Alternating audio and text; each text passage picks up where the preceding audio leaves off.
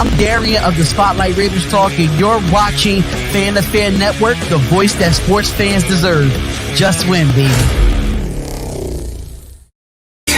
Once a Raider, bruh, always a Raider, bruh. Shit simple as that. You look silver and black. Lot of bread invested in that old line. Car insurance cost the arm and the...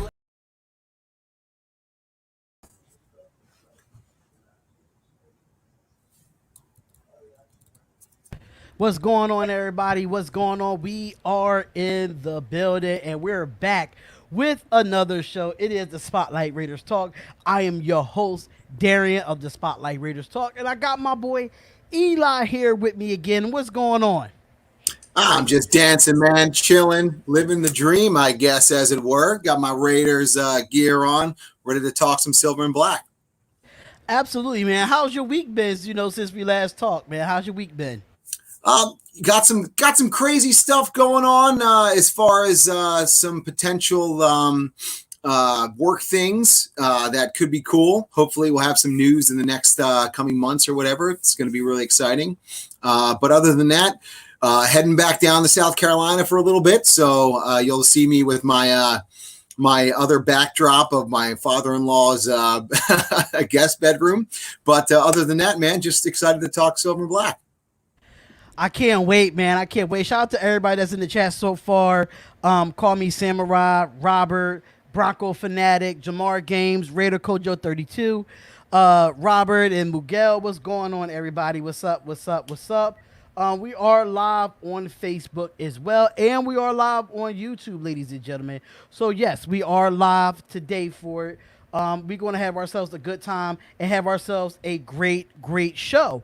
Before we get into anything, I know it came down the pipeline. A lot of people have heard about the whole Antonio Brown thing. I don't know if you saw my actual video, but I did like a whole rant on it that he decides that he wants to retire. So he says it on his Twitter, and he says that it's a better risk of coming back to the NFL than it is a reward. And then he said that, thanking everybody for it. But I think he's trolling in some ways. But at the same time, when it comes to it, I said, the joke is really on you, Antonio Brown. The joke is really on you just because you could have been a Raider with us, made your money, and would have did big things with us. But no, you wanted to get out of the actual, get out of the contract. You wanted to leave us. It didn't go, and nothing... Everything that you wanted in New England didn't happen in New England, and now you're stuck because no team wants you now. Only teams that really looked at you was the Seahawks and the Ravens. Other than that, I didn't see anything else. But what is your? I don't want to stay too long on it, but what is your thing on it? I mean, honestly, he's going to do whatever he's going to do. I kind of stopped paying attention to it, like I'm sure a lot of people have. And if they haven't paid attention to it at all, they've stopped caring about it. I can't let AB and his decisions and his antics affect the way that I feel about, the Raiders this year. And last year, he just wasn't a part of the team. So in my mind, that guy, he can go pound sand. He's forgotten, and he was never really part of our history as a franchise, and we'll just kind of forget about it. Right. And that's how I don't know if you saw, I don't know if anyone saw the video on the YouTube channel, and I was just, acting like I was him. I'm free. But whatever, now you actually free from the NFL with no job. So thank you again, Antonio Brown. Thank you again. But anyway, we're going to get into some great topics tonight. We have some interesting topics tonight as well. So we're going to definitely get into those, and we're going to have some interesting stuff. I know some other news came out right before the show went on the air, so I wasn't able to send it to you, Eli, so we're not going to really get into the updated news that we actually have. But I want to get into the first topic that was according to RaidersWire.com, saying that the Raiders are ranked 19th in the future power rankings. Now, I'm not going to read all of this, but I'm just going to have a short brief of what it says. It does say that the Raiders are in, they enter their third year, trying to, they definitely in rebuild mode. Gruden has put the team in a position to compete for a playoff spot. In fact, they said they were in a hunt at the number 60 of the AFC, but everything turned out not to where it was supposed to be. We ended up losing to Denver. But will we take the next step in 2020? Now, saying that we're ranked number 19th according to ESPN, this is what ESPN had to say. And it says Las Vegas is rebuilding position by position under John Gruden. It begins with an offensive tackle, and then it comes to the top with the top linebacker in free agency, and playmakers and cornerbacks through the draft. With the strength of the overall roster steadily improving, the Raiders must decide whether Carr is the long-term answer at QB after this year. But they are reaching at this point and go all in on Carr and look at the alternate options. Now, how do you feel about ESPN ranking us number 19th in the power rankings, not even before a game haven't even started? Well, I think that's the main point, right? It's before anybody's even seen any practice or training camp. The Raiders have one of the most improved rosters, I think, arguably in the NFL this year. When you're talking about last year's team, and you're talking about a team that last year was only a couple plays away from being a playoff team. So you improve that much and you add the talent that they've added, you should be getting a pretty good at least top half of the league type ranking.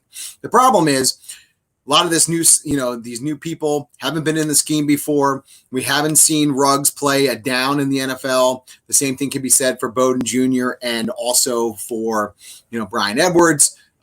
So I think that's where a lot of people are a little bit wary about really ranking them too high, because what happens if these guys that we expect to be improvements just don't perform well?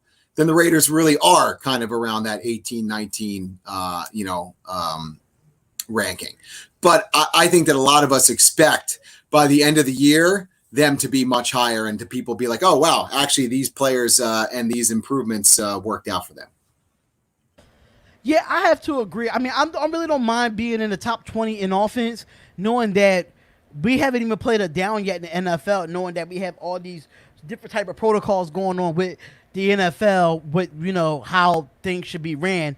And just want to make everybody aware for the Raider Nation that when it comes to the NFL, all rookies do report to the training camp tomorrow, which is Tuesday, July 21st. Just want to put that out there so rookies are able to come in. But I feel like our offense could be a little – I want to predict top 15.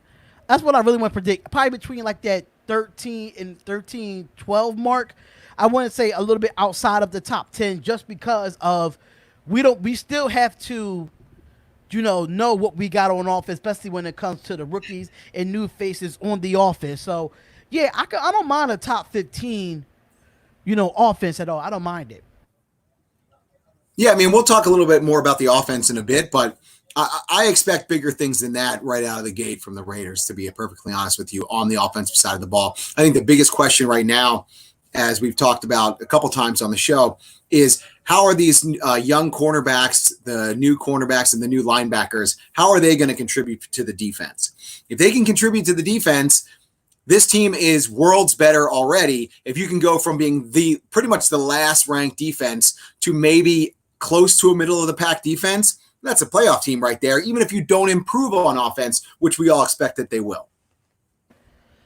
Couldn't agree with you more. Could not agree with you more. And just a little bit what they said here. They saying that the panel isn't excited about Derek Carr as they rank the team's quarterback situation amongst the worst in the NFL. They ranked the coaching staff as well as Gruden came out only at number 17 when it comes to the coaching staffs. Now, while the Raiders might not be ready to compete for a Super Bowl in 2020, their roster is dramatically better than it was when John Gruden took over. If he continues to, be on that trend, there's no reason why the Raiders can't contend in the AFC by at least 2021 or 2022. I think we could contend this year, in my personal opinion. I think we could contend this year. It's just that we're going to be very young contending, and I think if we do get into the playoffs, we're going to compete. And I think, Mike Mayock and John Gruden put the right pieces to the puzzle, especially young and old when it comes to the defensive side, even on the offensive side. At the end of the day, I still see like we can compete this year, and I'm not waiting until 2021 or 22. I'm not waiting. Well, let's see what happens. If everything falls into place, obviously, we've seen teams go from worst to first before. So it's not, it's not like it's never happened before. I think the likelihood is that the Raiders are just an improved team next year, and everyone who doesn't really see that out of the gate, I'm kind of scratching my head sometimes, but hey, you know what? Let them doubt us, Yeah, let us do it.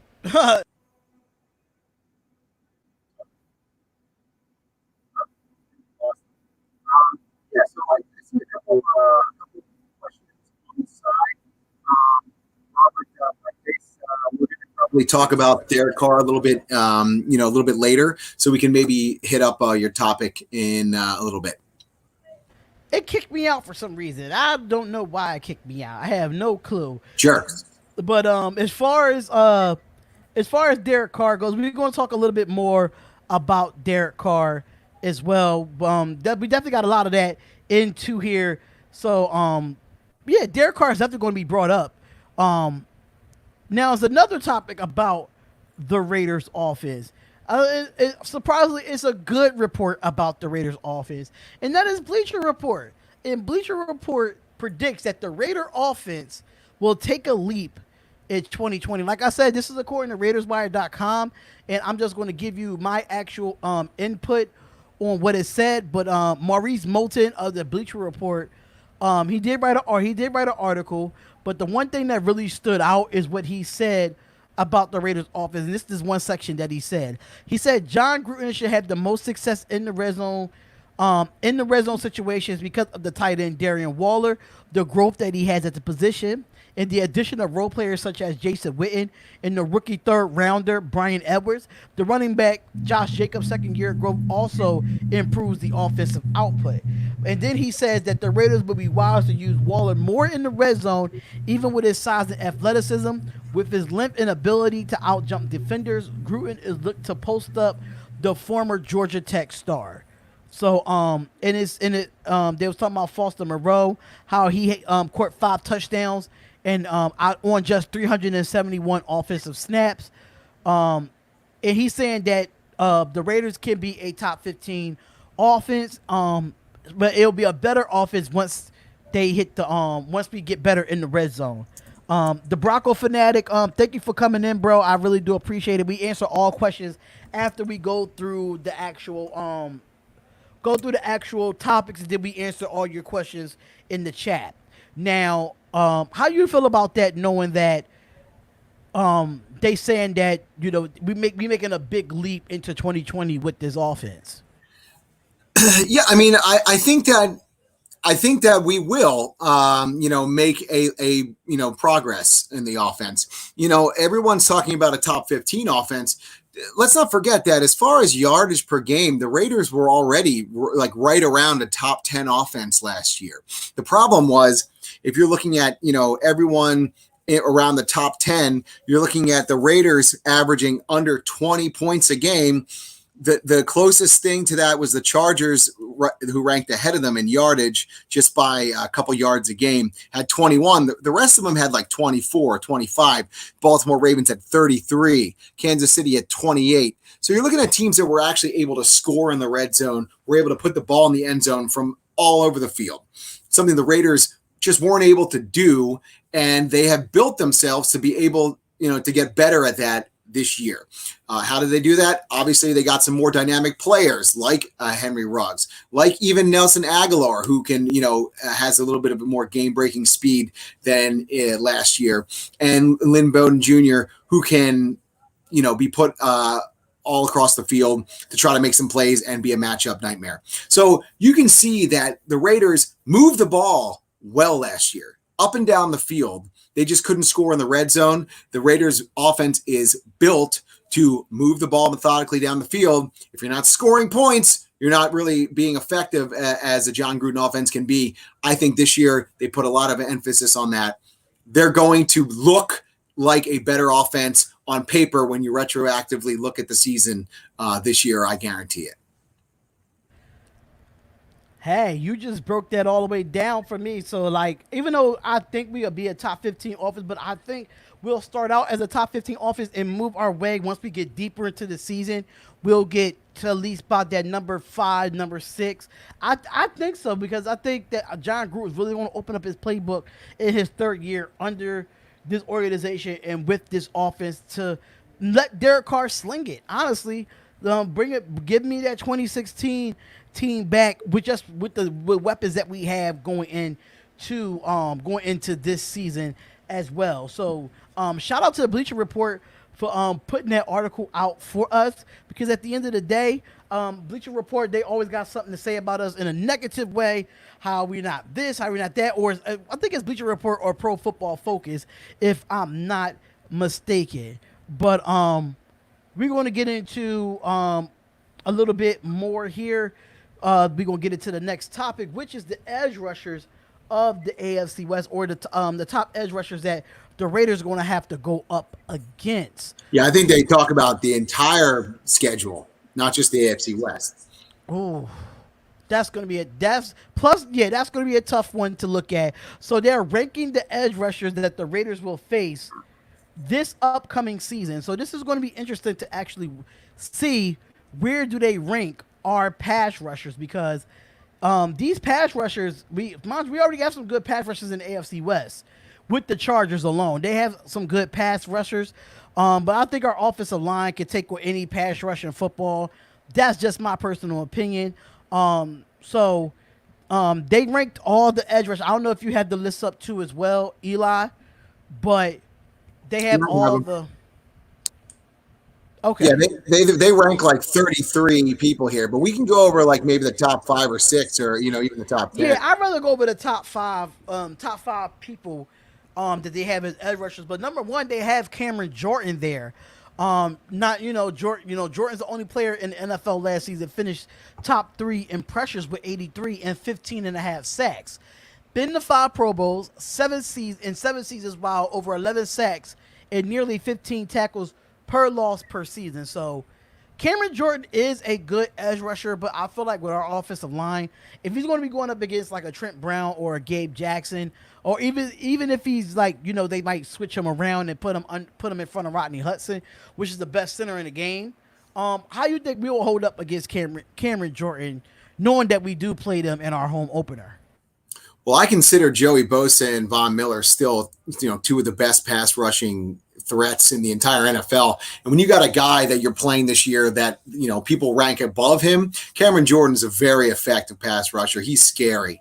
And it's going to take a lot from, everyone's talking about how Colton Miller has really, is poised to take a step forward in his progression as a real quality left tackle in the NFL. Well, this is the best year to do it. He better do it now because Cameron Jordan's going to be coming. Joey Bosa is going to be coming. Von Miller, Shaq Barrett. You're going to get all these guys. So, Cameron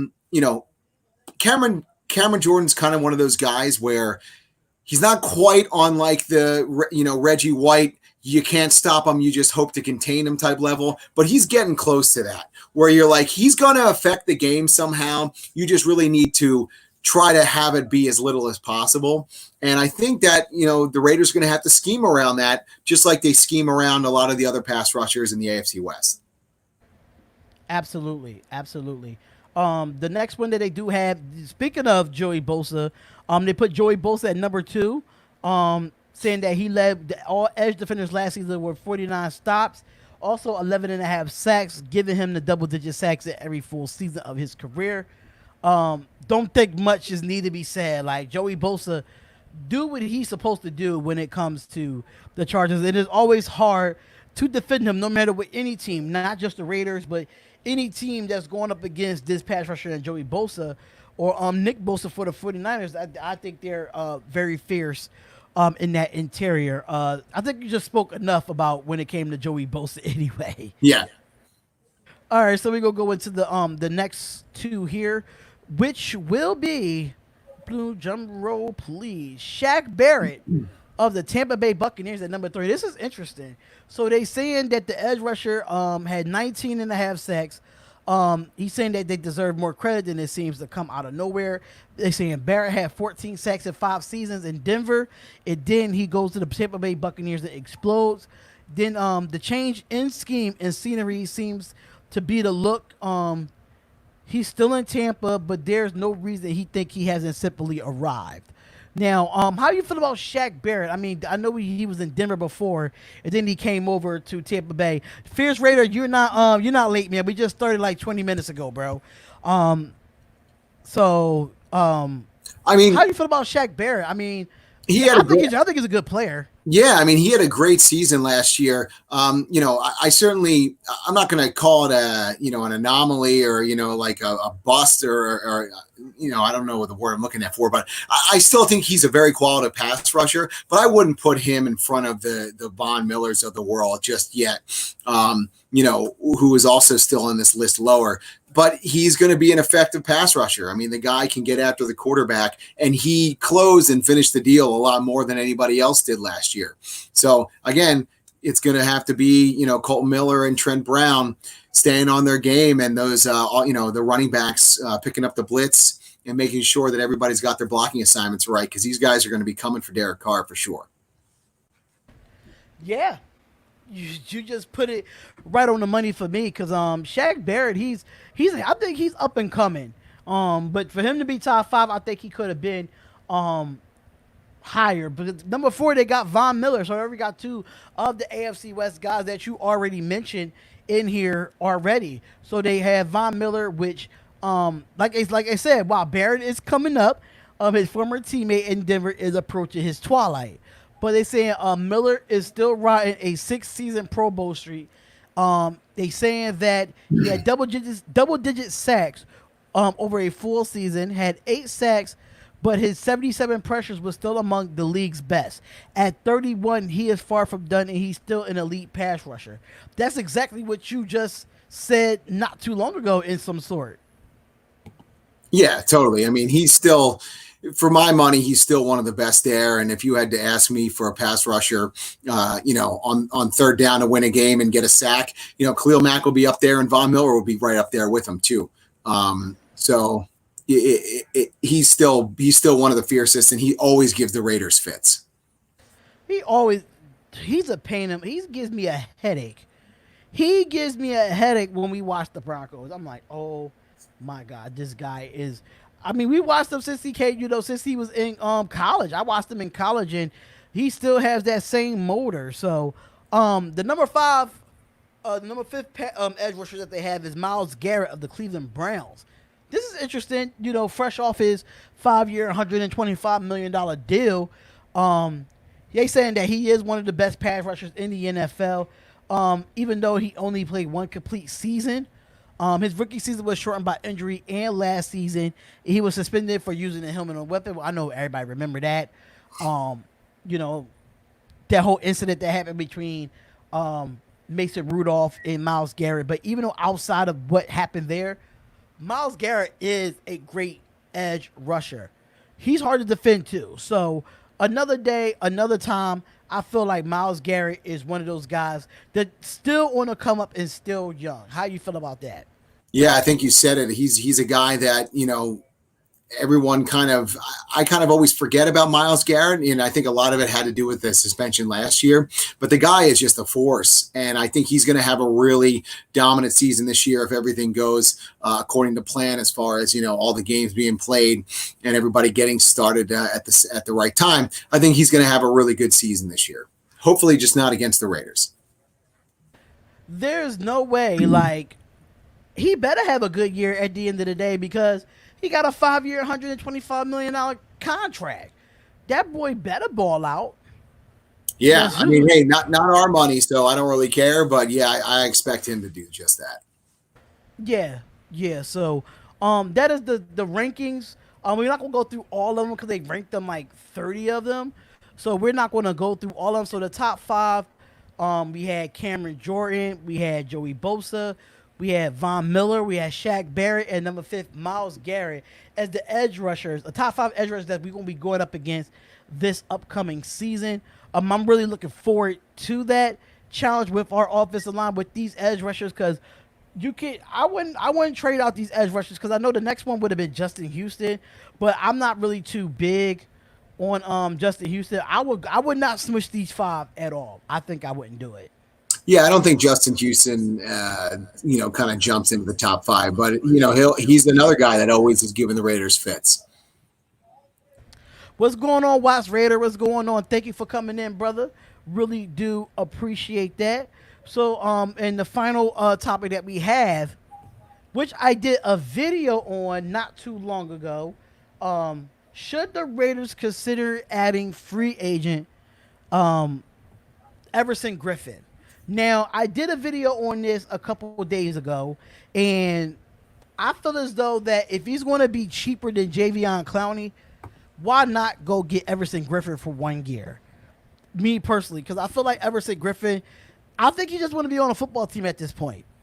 I think he just wants to be on a football team and he can prove that he can still do it. And I think the Raiders would be the best fit for him, especially we already have those young linemen, and then he won't have to play every single down. He can rotate and still be fresh, knowing that he is up there in age. But we was with Minnesota, he was good. So I just feel as though that I think if we don't get Jadeveon Clowney, Everson Griffen is the best thing that we get. But I think Everson Griffen don't want as much as Jadeveon Clowney, in my opinion.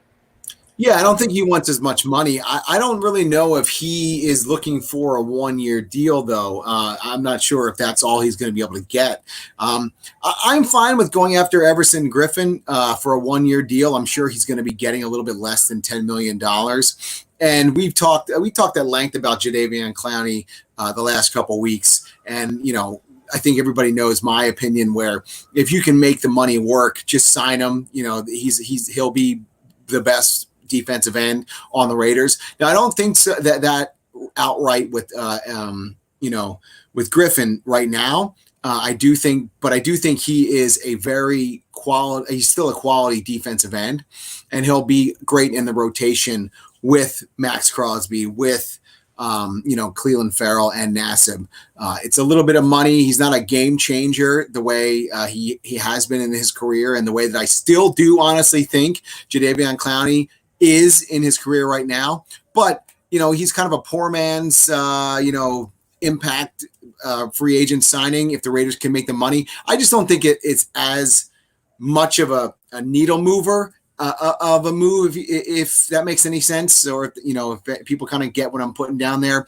Somebody in the comments had mentioned, do I think that if they get Jadeveon Clowney, they're a contender? Well, I don't know if they're outright a Super Bowl contender, but they're certainly a scary team to make noise in the playoffs, and a definite playoff team if they get a Jadeveon Clowney and he stays healthy for a full year.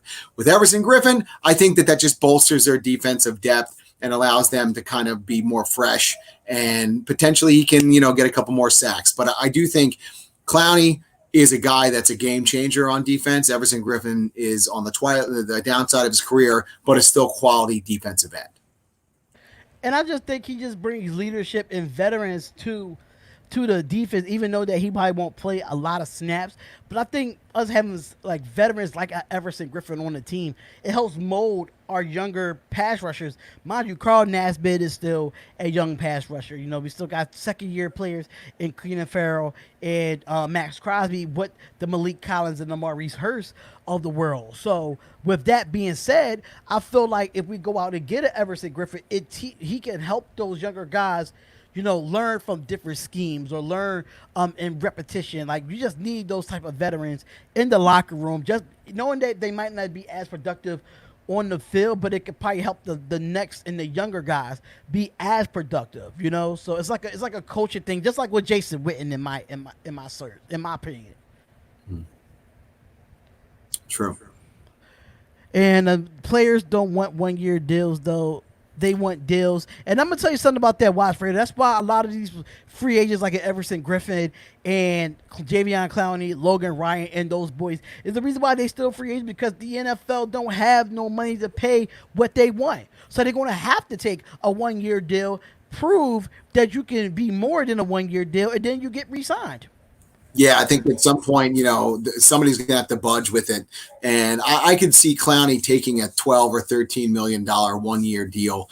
And again, I don't know if the Raiders can swing that. I don't know if that's something they want to do for that much money. But I could see him doing that more so than I think Everson Griffen wants some stability at this point in his career with all he's gone through. And I don't think the Raiders should or would like to do a multi-year deal with Everson Griffen. I think that that's probably something they want to stay away from.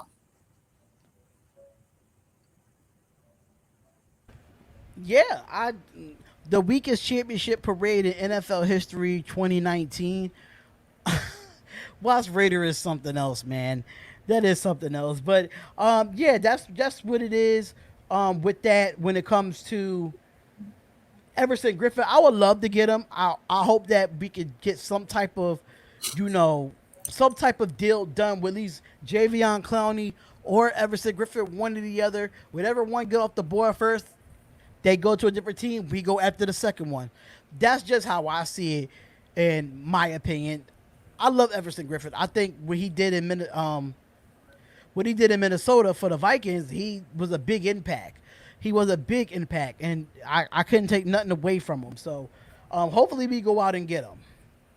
And I'll be excited for that, to add veteranship to the D-line. But let's go ahead and go over to the next topic here, which is on justblogbaby.com, which is Las Vegas Raiders analysis, saying that Las Vegas Raiders setting at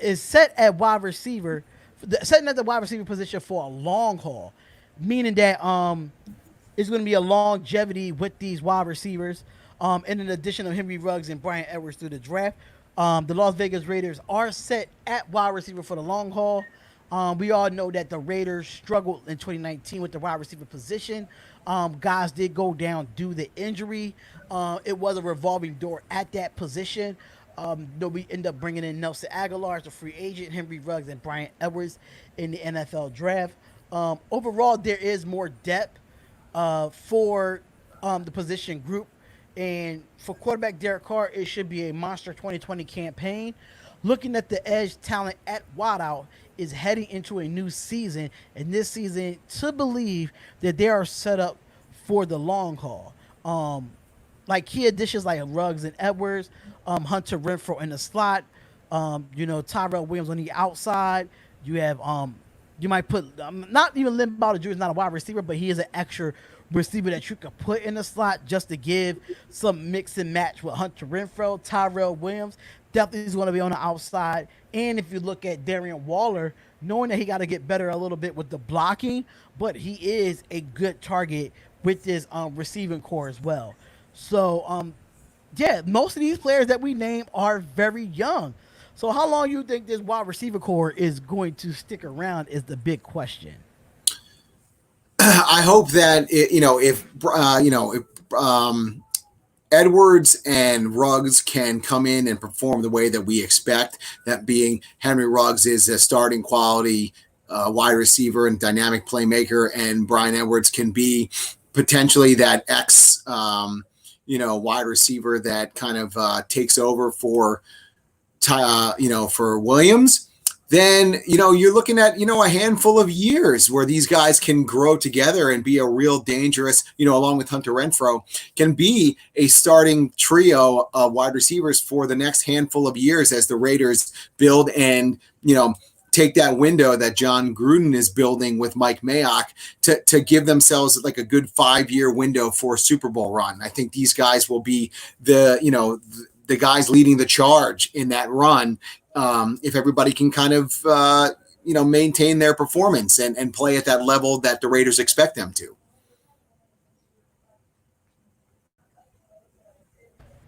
When it comes to this wide receiver core, I think this wide receiver core is going to be for the long haul. I know we got a lot of receivers, with Aitman and Doss and, Gafford. I think Gafford's still on the team as well. So it's like none of those guys matter. I'm going to be honest with you, and I don't want to hurt anybody's feelings, because I know that Rico Gafford, for some reason, everyone loves him just because he's really fast. He's not very good at being an NFL wide receiver. And, Aitman, the same. And the same can be said for Doss. Those guys really aren't more than, guys who fight for the last spot on your roster in camp, and they're hanging on the roster, for the rest of the year. Those three guys are that type of player. The Raiders now have Aguilar, they have Edwards, they have talent now that they don't need to be talking about a Rico Gafford. They don't need to be talking about a Doss. They don't need to be talking about an Aitman. These guys are literally afterthoughts. And I think that if Zay Jones can perform and step up and grab that number 6 receiver spot, none of those guys are making the team. They'll be in the practice squad or they'll be elsewhere, this time come September. I'm not really big on Rico Gafford either, knowing that he is fast and he did get open that one time. I think it was against Miami, if I'm not mistaken, or one of those at that moment. Aitman and Doss is not making it, which I would love to see Keelan Doss make. Honestly, I would kind of wish they would have gave him more of a shot last year, knowing that we were so depleted at receiver. They still didn't give that man a shot like I thought they would, knowing that they did release him and then bring him back. I thought I would have gave him some type of reps in live action. I mean, he did see some, but he didn't see enough. Didn't he totally biff his big chance to be the hero in Oakland?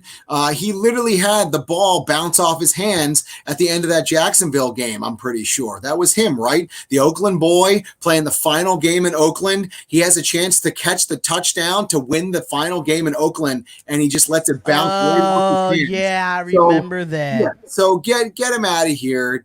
Thanks a lot for playing last year. It was a really nice story for training camp, but I'm really happy that we don't have to talk about the type of players like Doss and Aitman, and Rico Gafford, because we have actual pro level wide receivers on the team this year. And I think the Raiders' offensive performance is going to reflect that. And I totally forgot the name Zay Jones as well. I think Nelson Aguilar and Zay Jones still makes this team, and Keelan Doss and Aitman and Gafford is going to be out, probably making a practice squad or probably just being released altogether after training camp, because we're really deep at the wide receiver position going into training camp. So I'm liking our wide receivers for the next 5, 6, 7 years. Knowing that Tyrell Williams is still the veteran out of all these receivers, because Nelson Aguilar, we all know that he's a veteran, but he's not a veteran like a Tyrell Williams is. But Nelson Aguilar is still young, and I think he still can revive his career with us. So these wide receivers are going to be around for the long haul, and I think it really depends on the quarterback play too. The question is where Derek Carr would be in the next 5 or 6 years. That's a big question too. Yeah. So that is the wide receivers, y'all. That is the wide receivers for the long haul. I cannot wait. I am very excited to see what these wide receivers do. So we are 56 days until the NFL season actually starts. So we're counting down 2020, the best Raider players to wear number 56 all time. Now, with 56 days until opening game of 2020, we start with the countdown of the best players at every jersey number. And today we focus on number 56. Number 56 is what is they went with numbers. They went with actually what the Raiders franchise has worn by a handful of solid players, including dominating outside linebacker who finished what should have been a Hall of Fame career in the silver and black was Pat Swilling. He made a name for himself playing for the New Orleans Saints, and then after arriving in Oakland in 1995, he had one of the most prolific sack seasons in team history, getting to the quarterback 13 times. Now, Swilling started his 32 games as the Raiders as his Raiders career before entering the 1997 season. He did return in 1998, appearing in all 16 games and finishing his Raiders run with 21 sacks and only 32 starts. That is crazy. Linebacker Justin Phillips was currently wears number 56 for the Raiders, who will be looking to earn more playing time after appearing in only 4 games last season. While Phillips is looking to make a name for himself with the organization, the best number 56 in team history is the sack machine during his 4-year run in Oakland. So Eli, how you feel about them picking number 56, Pat Swilling, as wearing the jersey number 56 of all time? Well, it's confusing the way they do this because they talk about somebody and then they name their pick underneath that. So you got to scroll down a little bit because they actually name Derek Burgess as the best, which I kind of agree with. Derek Burgess is the guy.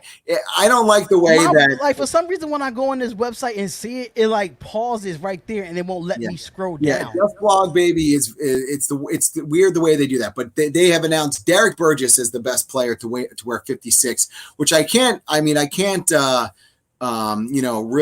deny that. Derek Burgess had a couple. Probably, I think, the best back-to-back sack season since Sean Jones, if not better than that, in a Raiders uniform. So, I mean, he had a couple years during the dark times of the Raiders where he had some really good performances in the silver and black.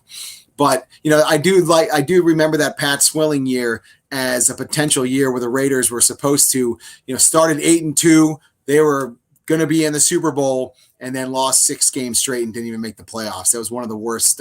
It's probably one of the most disappointing times as a Raiders fan I can remember.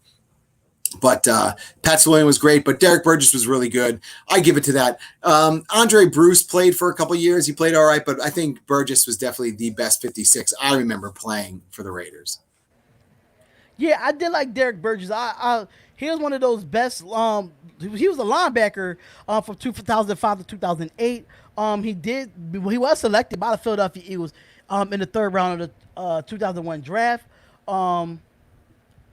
He was part of that. He was part of that team that went to the Super Bowl with the Eagles as well. But him coming over to Oakland and making an impact for the short time that he was here. But he was definitely a great linebacker. I can't put nothing against it. I don't know why Just Blog Baby does it like that. For some reason, I could not scroll all the way down until I had to refresh the page. And then I had to scroll down and then see Derek Burgess. I'm like, oh, crap, here we go. I do this every single week. I don't know. I got your back, though. I got your back. Let me try fixing my kick.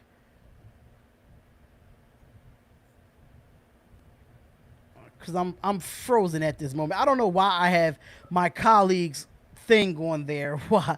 So like for some reason is able to come back now. So if you want to pull up the next topic for me, because for some reason when I go to Just Blog Baby it freezes up. So for some reason that next topic is Just Blog Baby. It says the Sporting News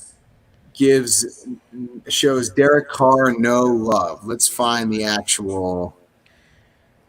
This topic's going to be hilarious. I'm so sick of Sporting News. They always somehow they don't give nobody no love. I'm so over with them. So Derek Carr is rated the 25th best starting quarterback in the NFL by the Sporting News. Vinny Iyer, the Sporting News recently ranked all 32 probable starters. Obviously, Patrick Mahomes was number 1, but he incredibly ranked Derek Carr as the 25th best quarterback in the league. Let's see who he ranked. I think that there's a link to see who he ranked above that. And if there's not a list, so, I mean, honestly, you have some people that obviously he ranked ahead of that. Ryan Tannehill is above him. Baker Mayfield above him. Josh Allen's above him. Kyler Murray. Joe Burrow for the Bengals, who has not played one snap, is above him. Daniel Jones of the Giants is above him. Drew Lock and Sam Darnold all above him. Listen, I mean, I don't know. The guy is not the 25th best quarterback in the NFL. He's not one of the top 10. He's probably in the top 20, right around the teens, 15, 16. It doesn't really matter. He's not that bad. He's not as bad as some people. For some reason, I think people are playing into this whole, oh my God, Derek Carr. No, he's fine.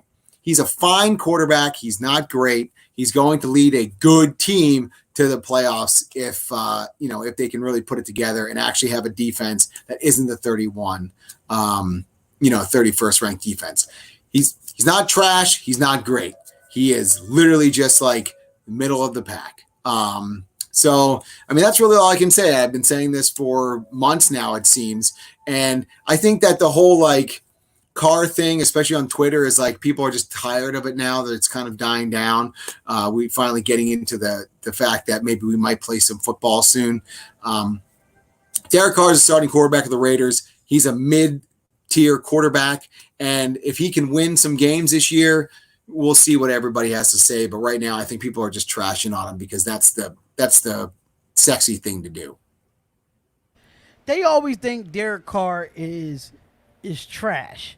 But if you look at all these high-paying quarterbacks outside of Patrick Mahomes and all these elite quarterbacks, it's always the middle-of-the-pack quarterbacks that win Super Bowls. It's more of the middle of the pack, like in the last, I say 10 years or 10 to 15 years, it's been middle-of-the-pack quarterbacks winning the Super Bowl. Just being honest, like even with Tom Brady's his stats started to decline every single year, but he still made it to the Super Bowl.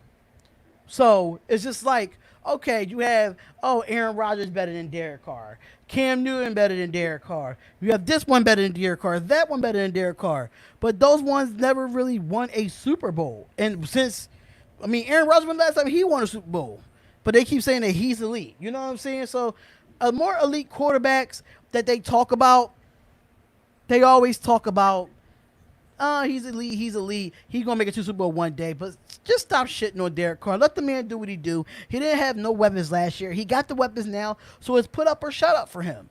That's just what it is. Yeah, he's not a terrible quarterback. He's a fine quarterback, and he's a fine quarterback to lead this offense and the way that this offense is supposed to run. He can do it well at a high clip. They didn't do it well enough last year. I have confidence that he can do it well enough. Yeah, he'll be able to do it. Yeah, go ahead. No, I was going to say, kind of bringing into, somebody had made a comment earlier, regarding like Dak Prescott and whether the Raiders should go after Dak Prescott or trade for Dak Prescott this year. Let's not forget, folks, that at this point, the Raiders are paying pretty okay money for a starting quality quarterback right now. Dak Prescott's going to be getting $45 million a year next year. And for the next 10 years after that, much like Mahomes, wherever he goes, whether it's Dallas or elsewhere. You got to remember that, like, when you do have a quarterback signed for that much, it handcuffs you for building your team. It's one thing if somebody like the Chiefs, who have talent across the board, do it. It's another thing. And also, by the way, their quarterback that they paid almost $50 million is by far the best player in the entire league. It's one thing to do that. It's another thing to just all of a sudden, double the amount of money you're paying your starting quarterback from $20 million to $40 million plus dollars. And then guess what? There goes all your free agents that you can sign to bolster your defense. You're not getting the, linebacker help you need, or the pass rushing help that you need, or that last, the last player that'll put you over the hump. You're not getting that kind of stuff. Getting a quarterback like Mahomes takes a lot of luck too. You need to be able to draft those types of quarterbacks. You can't go and normally get a quarterback from free agency and spend $30+ million on them with a team that you are building out of nothing. We're going to see what happens with Tampa Bay and how they just got, Brady, and see how that works out for them. But that's not the template, and that's not the way that you can do it. You have to really luck out on a quarterback on their entry deal and already have a good, solid team like the Chiefs had. You already have to have that good, solid nucleus before you start forking over $40-50 million for a quarterback. There's no way I'm trading for a Dak Prescott. I'm not even a big fan of Dak Prescott. No. I'm not even a big fan of him. I'm just being honest here. I've been saying it on a lot of people's podcasts. And I've been saying, like, Derek Carr's not even worth what he's getting now as a franchise, like as a franchise tag.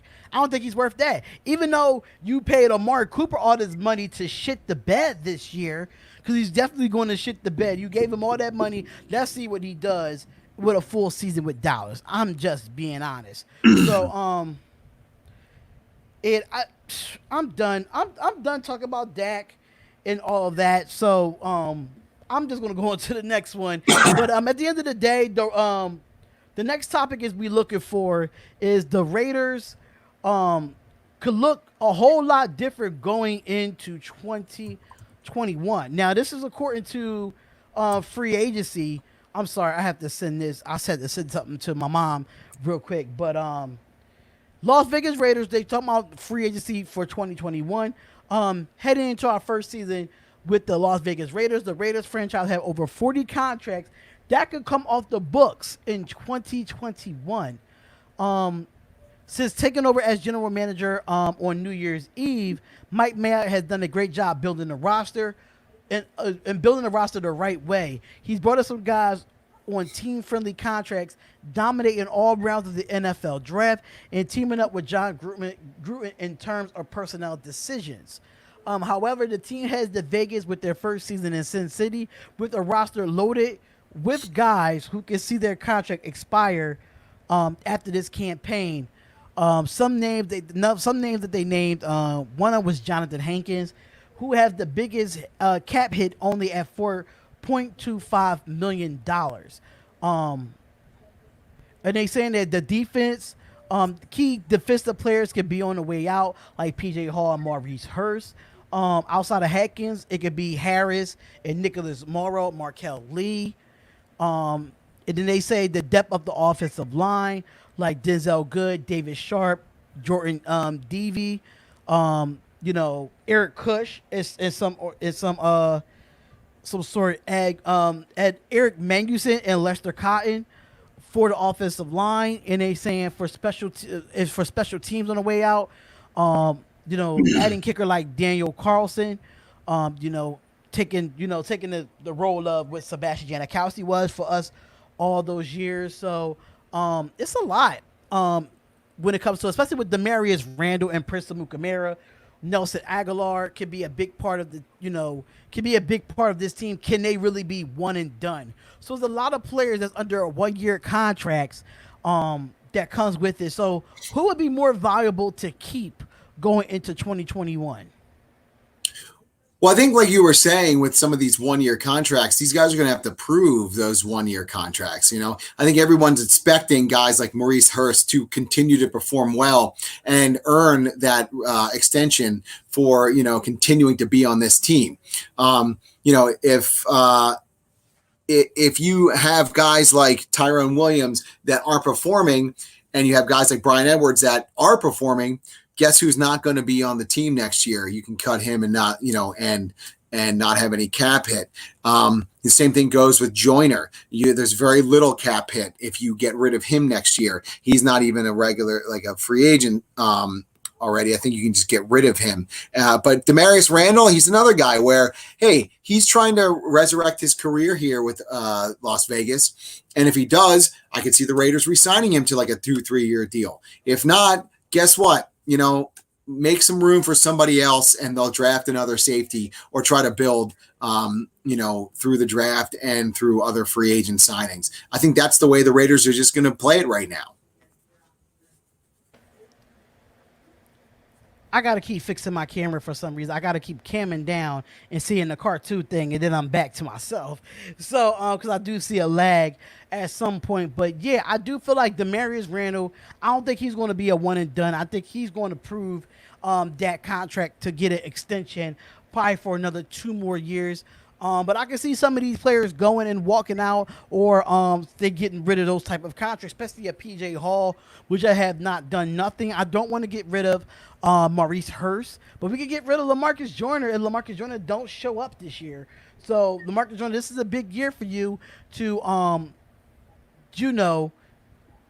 it's a big year for you to prove yourself to the contract that you got a couple years back. So it's put up or shut up for you on the defense as well. And Watts Raiders said if you cut Joyner and Williams, that's like $20 million right there. Yes, that's true. I think that take a look and see what the guys that they drafted this year and that they brought in. They brought in and are trying to groom these top 3 round draft picks to replace Tyrone Williams, to replace Joyner. So they're going to have rookies in their second year of their deal that hopefully are going to be, improving in Edwards and in Arnett and in Amik Robertson. You have guys now that can take over, and now, instead of paying $20 million for those two players, you have guys that are taking and performing just as well, if not better, hopefully, as those two guys, and giving yourself like $10 million worth of cap room to fix a hole in your team that you may still need to fix, like, let's say, pass rusher, or that you may now need because, it turns out that actually, I don't know, none of the linebackers worked out. We need to go ahead and try another one, something like that. It's always going to be, replenishing these guys who are on these prove-it deals. If they're not performing, like Joyner wasn't performing last year, like Williams isn't performing, you replace them, you have money for next year. Absolutely. But I think 2021, I think we want to, keep some people around, but we're not going to keep every single one. We're going to have to definitely get some cap space when it comes to next year.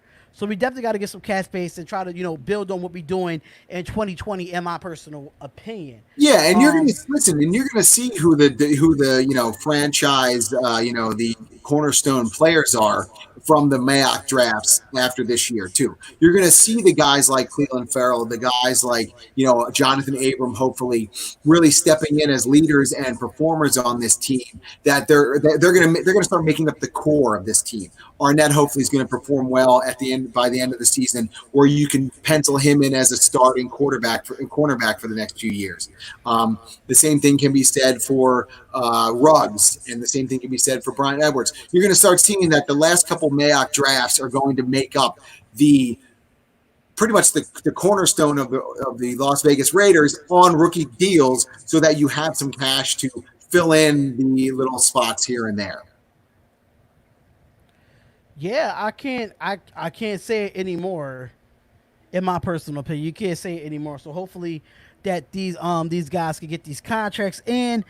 We can make space for people for next year, because I know there's gonna be a lot of free agents coming in. That's gonna be coming out of their respective teams going into 2021 season.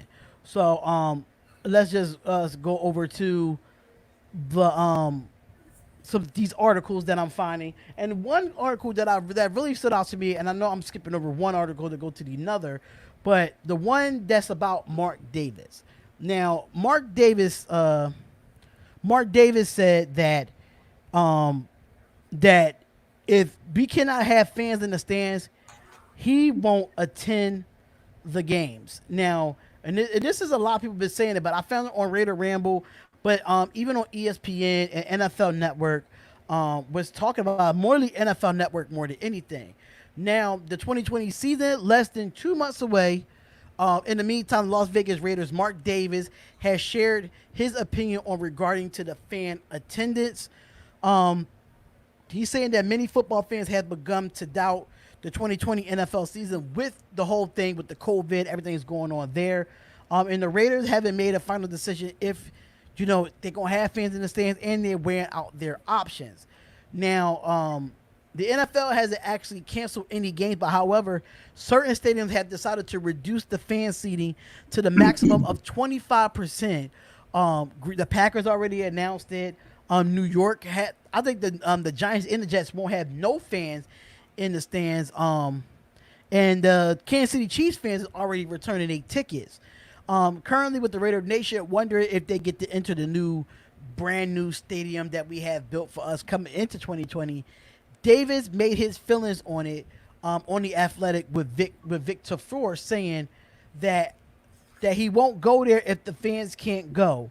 And the way it looks right now, it won't be any fans at our games. It's all or none for me. What is your thought on this, Eli? Yeah, I mean, it's unfortunate, but it's something that we've kind of talked about week in and week out. I really don't think that there's going to be any fans in NFL games this year. I think the main thing to think about as a fan is just, hey, let's hope that they can get the games going. I think you're going to see with the NBA, with baseball, and with hockey now, they can start playing these games and, mitigating the amount of COVID that spread because of these bubbles. You maybe can learn some stuff about that. But I mean, it's going to be difficult, and I don't think that there's going to be any fans. If Mark Davis wants to kind of show camaraderie with the Raiders fans and not go to the games too, I mean, I guess that's good for him. But I don't think that there's going to be any non-football employees at NFL games this season, nor should I think that there should be.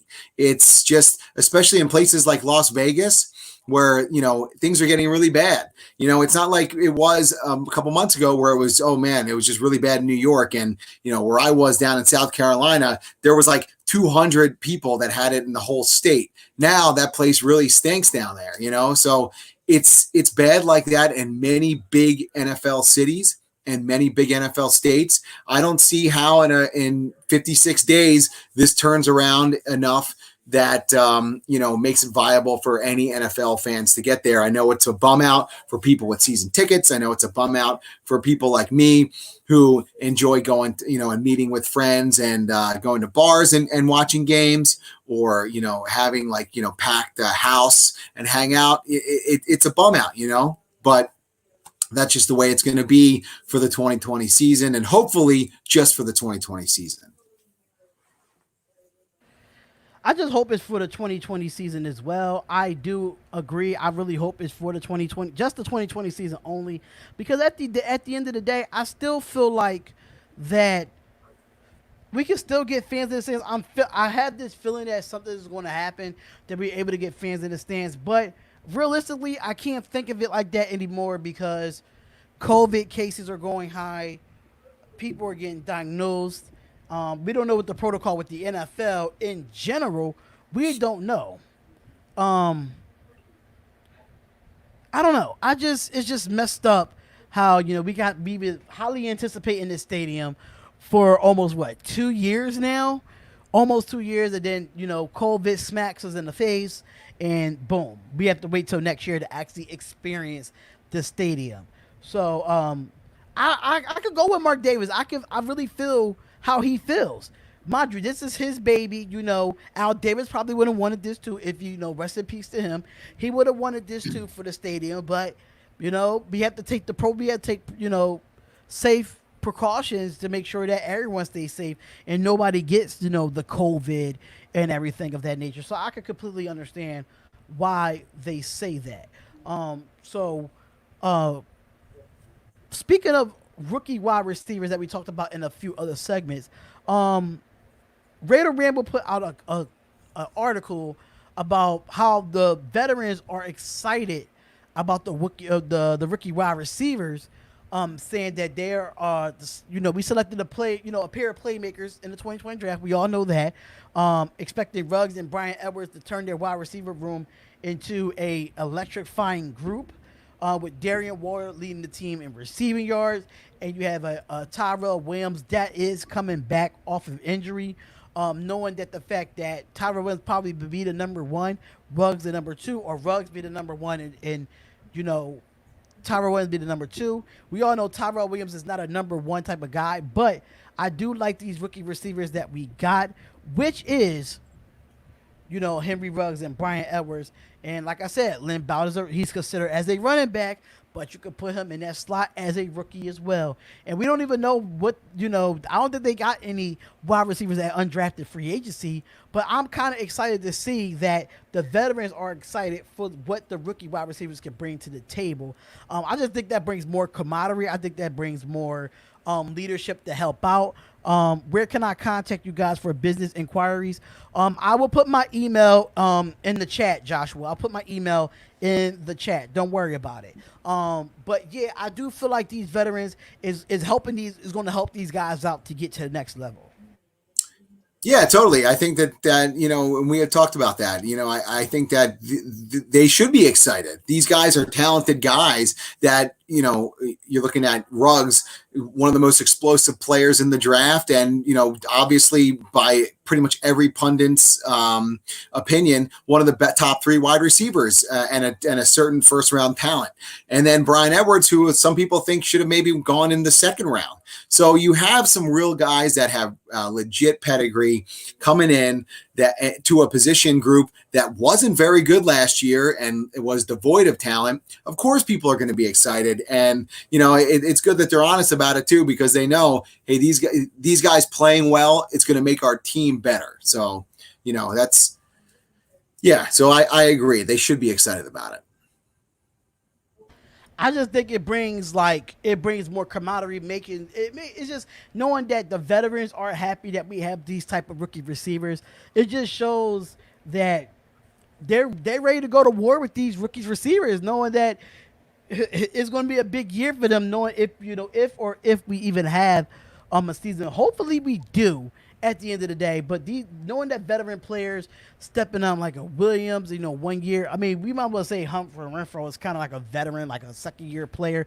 But he's considered a vet, not a rookie anymore. So, most of the wide receivers that have been in there, at the end of the day, I commend the veterans for, taking on the road to helping these guys get ready. So we gonna go into the following topic here is don't sleep on Damon Arnett. And I wanted to talk about this because a lot of people thought this was a reach of a draft pick going into the 2020 NFL season. But it is definitely interesting to see that they saying that don't sleep on him. And I'm going to see why, according to RaiderRamble.com, why they say don't sleep on him. And they said the reason why they're being so skeptical, the Raiders must have done some research on there are reasons why they think Arnett's selection was a reach. Solomon Wilcox of Pro Football Focus analyzed the cornerback's body of work and saw a couple concerning trends. Damon Arnett earned a good but not a great coverage grade in 3 consecutive seasons at Ohio State, never quite managing to crack that 80% threshold. Now, also, Wilcox wondered how Arnett will fare in man coverage against top receivers. He said the team will rely on Arnett's his 4.57 speed to help them against speedy wide receivers against Tyreek Hill and now Jared Jeudy in the AFC West. Now, according to what Mike Tafur said on XM Radio, he said there were 2 nuggets from Mike Mayow's chat with the Raiders saying that they wanted Damon Arnett, especially with his combine, as a 4.5, 4.4 type of speed. And I feel as though that I think you shouldn't sleep on Damon Arnett. I think you shouldn't sleep on him. They saying that he didn't have real good man coverage in Ohio State. But if you look at it, he had one of the top percentages of people not throwing to him, with him having Jeff Okudah on the opposite side that went higher than him in the first round. That a lot of people could not throw on either of these corners in college football. So him being a shutdown corner, I can see it. I just say, just give that man a shot. Don't say it was just a reach. I think Mike Mayock know what he does. He know how to analyze. He knows how to see why Damon Arnett fits the team and why they drafted him there. So I think Damon Arnett will be fine. He's not going to have a breakout year, but I feel Damon Arnett will be a sleeper that a lot of people are going to forget about in this year's draft because they want to see Trayvon Mullen, they want to see Amik Robinson, but a lot of people are not really talking about Damon Arnett either. Yeah, I think after the draft, everyone kind of, there was this big surge of, well, he's actually not that crazy of a reach, and this is why. And I think some people have kind of made peace with that pick, which is good, because I do think more so than just his talent, he brings the type of attitude and the type of play that the Raiders want out of their defensive backfield, and that Mayock and Gruden are building, which is, again, I think I said it last week, physical back end of the defense. Not like the Raiders of the 70s where they're throwing elbows and cheap shotting, but just physical, in-your-face play of the defense, and that's what Arnett brings. That's what Robertson brings. And That's what John Abram brings. So that's what they're trying to really bring to the table there on the back seven. And he's a guy that apparently can do that. So I do hope that he can be a starting quality cornerback. And from, what I understand, Mayock and Gruden are both confident of that. I cannot wait to see what Damon Arnett does this year. And honestly, I play with Damon Arnett on I play with him on Madden, and they have him as a high rating, for the downloaded rosters. They have him for a high rating. And I have to say, when it comes to having Damon Arnett, they have him shutting down a lot of people, especially in the AFC West. I played the Denver Broncos, and he shut down Jared Jeudy. But that's just the downloaded rosters. That's not the actual overall when it comes into next season's Madden as well. So, final and last topic, ladies and gentlemen, because it's not really much topics out there when it comes to the NFL season. It's mainly about COVID and the training camps that's coming up this week.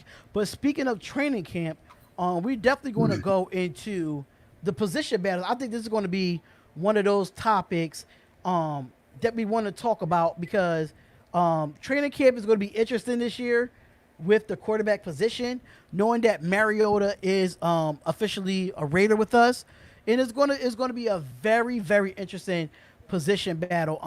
I saw this on Raiders.com. I did do a video on it as well. Let me just see if I can find that. I think I still have that article if I'm not mistaken, because I went to Raiders.com to find the position battles, because they had the position battles for each and every position. They got it for the running backs, they got it for the quarterbacks, they got it for the safeties, and I've been getting like butchered of saying Jonathan. I think it's Jonathan Abram. I keep saying Abram because that's the way it looks. But I think it's Jonathan Abram. If I'm not, it is. Yeah, you got it now. You got it. Okay, Jonathan Abram. Okay. I knew who you were talking about. It certainly didn't bother me, but a couple people. Yeah, but I don't know if you saw that. The way they was butchering me in the comments. So I was like, next time I ever do a video, according to Jonathan Abram, I was just going to say A-bomb and call it a day, because they were butchering me so bad in the comments of Jonathan Abram. People be saying, no, it's Abram. But when I was saying Abram, the first time when he first got drafted, they say, no, you're saying his name wrong. And I'm like, what? How am I saying this guy's name wrong? And I don't know. I'm just going to call him A-bomb for something. Like, that's the only way that I can see it. So I'm trying to find the actual article for it, and I did have it. I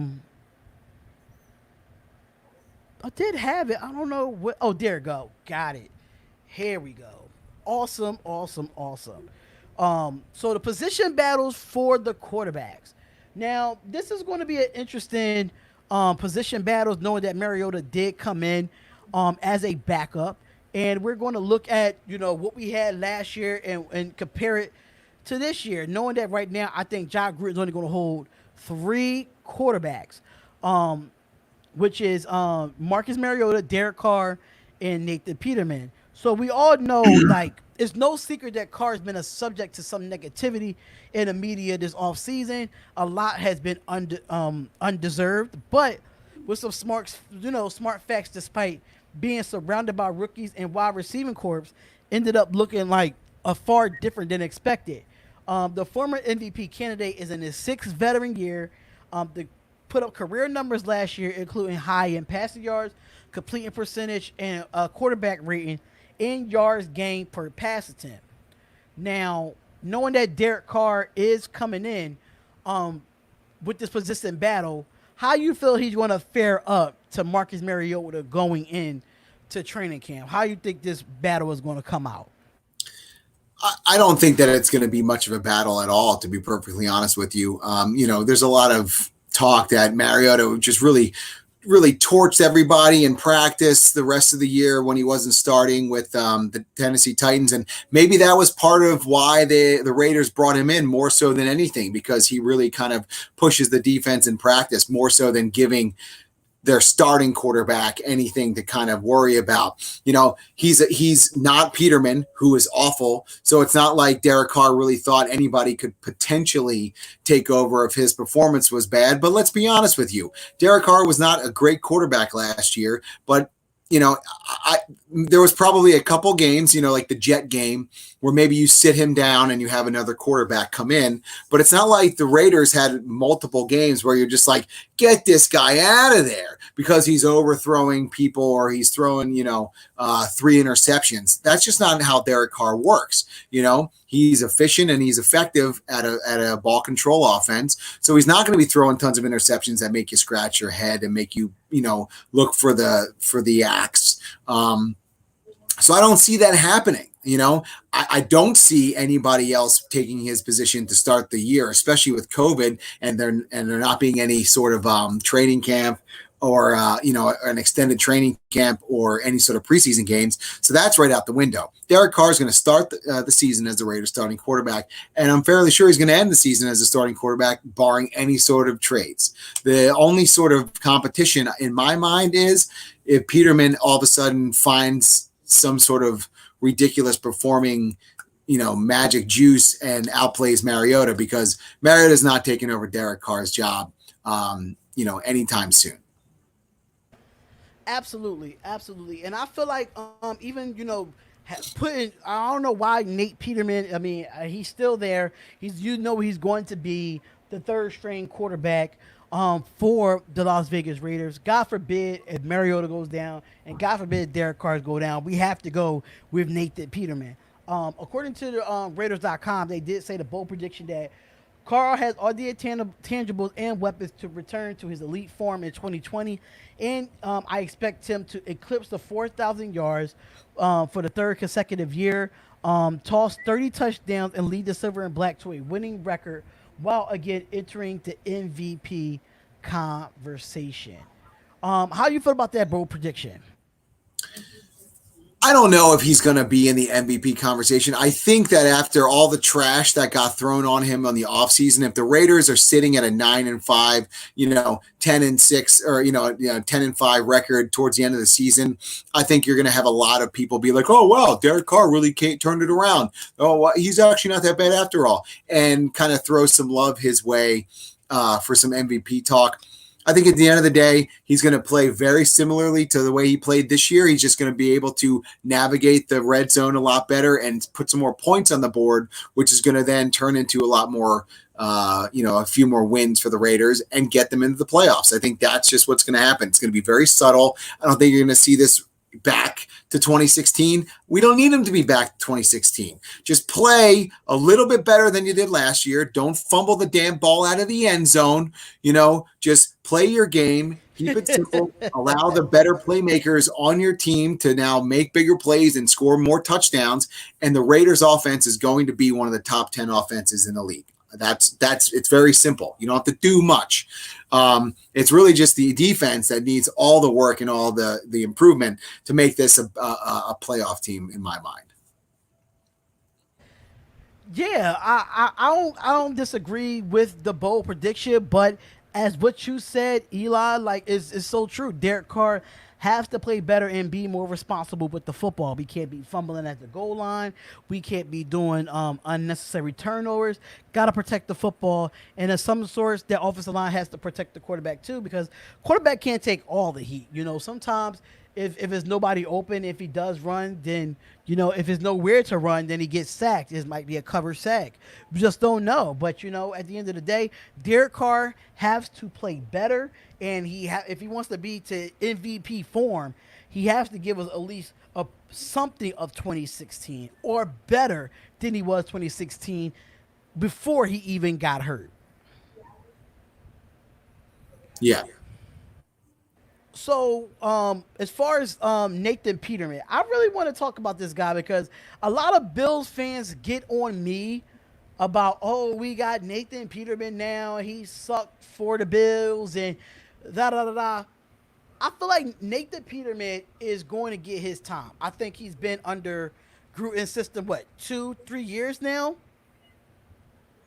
Yeah, I think it's this is his third year with Gruden. And I feel as though, like, even do you think if we didn't bring in Mariota, would Nathan Peterman would be our number 2 quarterback?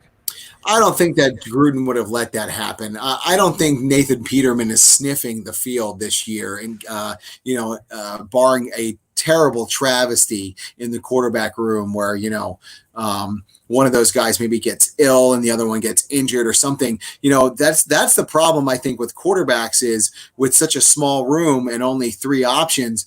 If something happens where one of those two starting or the top 2 quarterbacks gets COVID and is out sidelined for a couple weeks from protocol, and then all of a sudden you got an injury to a Mariota or to Derek Carr or whoever, Peterman's now the guy. So I mean, unless that happens, he's not going to be playing. Let's be honest with you, but the potential this year, I think, is a lot higher than in other years because that protocol is going to be in there. If Derek Carr tests positive for COVID-19, or if Patrick, or if anybody tests, on the team tests positive, they're out for like 2 weeks at minimum, right? I think, or something like that. I don't know what exactly the protocol is, but you're already losing games with them. So if your backup gets hurt, man, you're in a world of hurt, and you have now your emergency third quarterback. So I think that I forget who it was. I think it was Bruce Arians was saying something about he was going to keep a quarterback kind of sidelined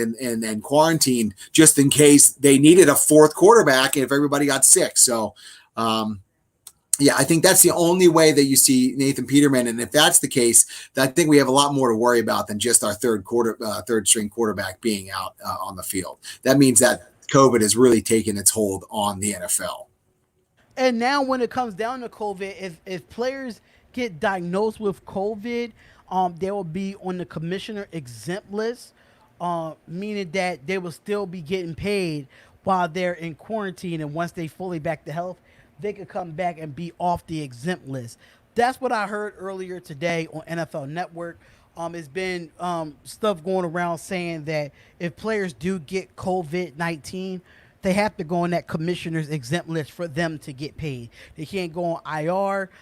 They can't go on like anything else, and they have to be quarantined for 14 days just to see if they get back to normal as well. So hopefully, I just don't wish that anyone gets the COVID. Hopefully everybody protect themselves.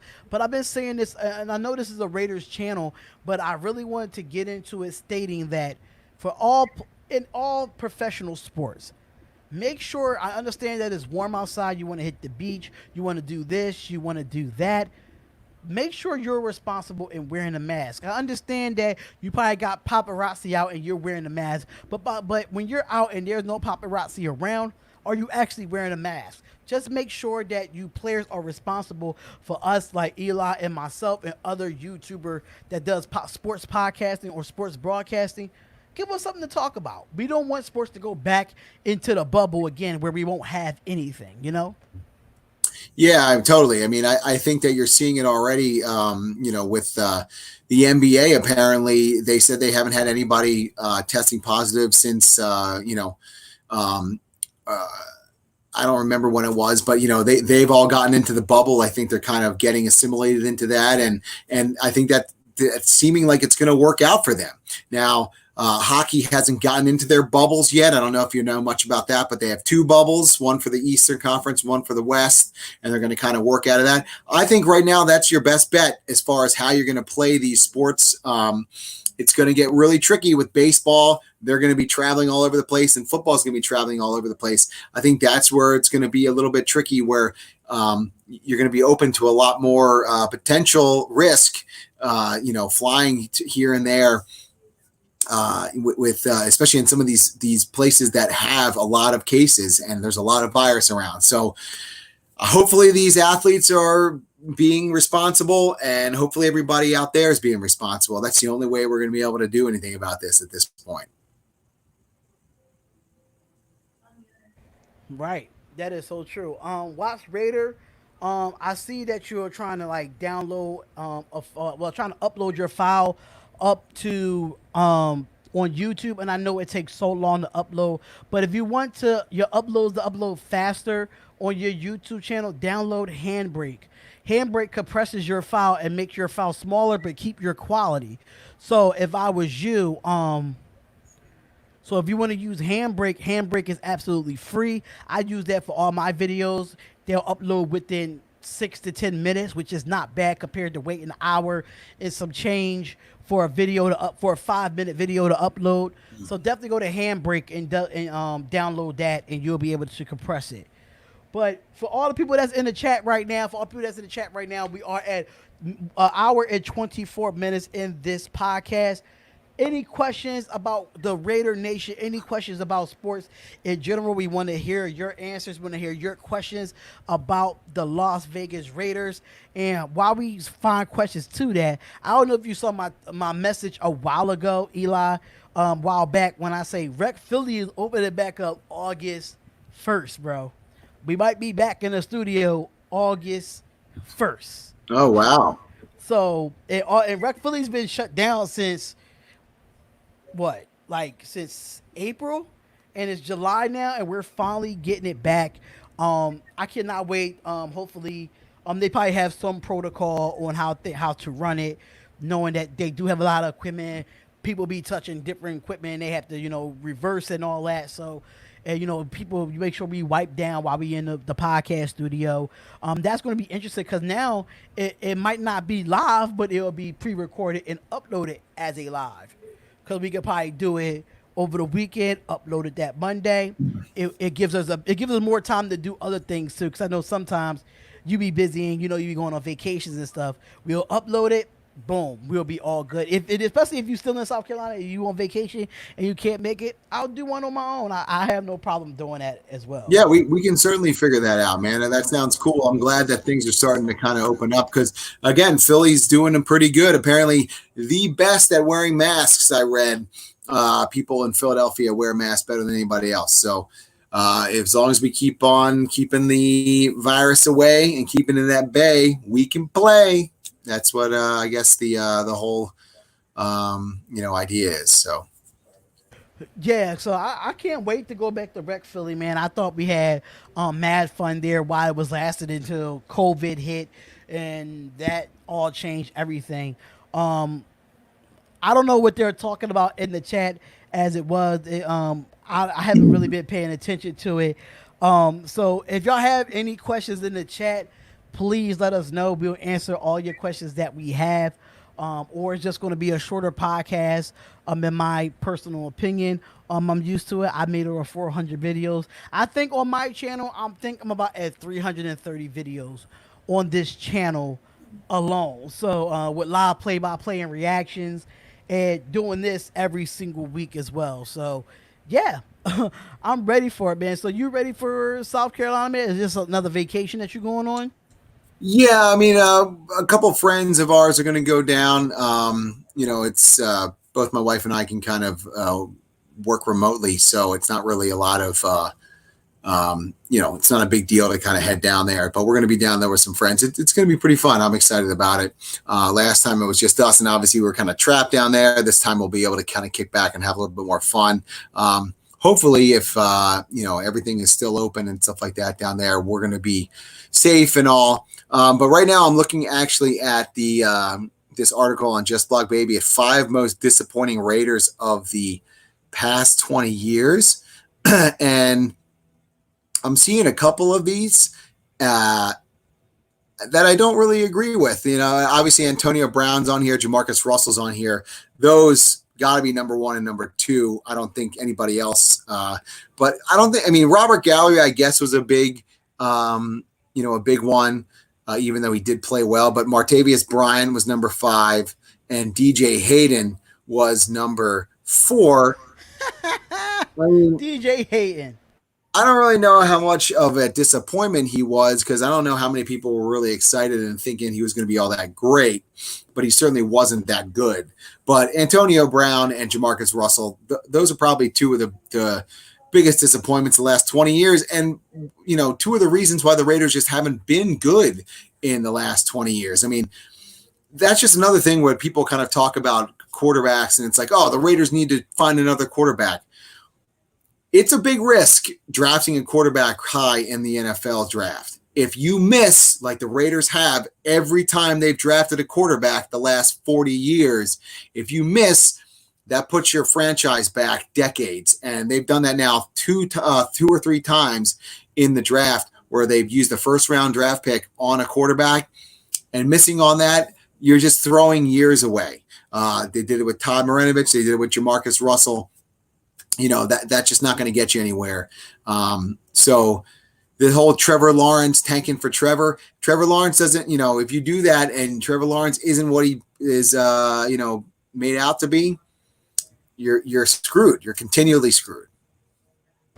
So Kid Rasco says, no one's surprised that he has a cowboy thing. Wow. What are your projections this year? Meaning, I think we already answered this question as far as predictions. We both said 9-7 or 10-6. Either one is satisfying for us when it comes to predictions. Watts Raider says 10-6. He said Ronaldo McClain was another one that could have been in there on a disappointing. Andrew I think Walter, I put McClain over DJ Hayden for sure. Yeah, I'll put him over DJ Hayden. They have Andrew Walter, and you have Todd Marnovich. Todd Marnovich was a disappointment. That actually at this point, man, is that more than 20 years ago though? That's almost what year was that? Probably 1991. So you're looking at close to 30 years. So that's he's a little bit further back, but that's proof though of those guys that, you go for a quarterback and you miss out. Andrew Walter too. Tanking is definitely not an option for the Raiders in 2020. And nor could it I think be. AB was on the list, Kid Rask. I think AB was on the list. Yeah, he was number 2, with number 1 being Jamarcus Russell. Jamarcus Russell. I don't even want to talk about that draft pick. That was just blown up waiting to happen. It was just bad. It was just bad when it came to that. So anybody have any more questions? We do have a half an hour left into the show.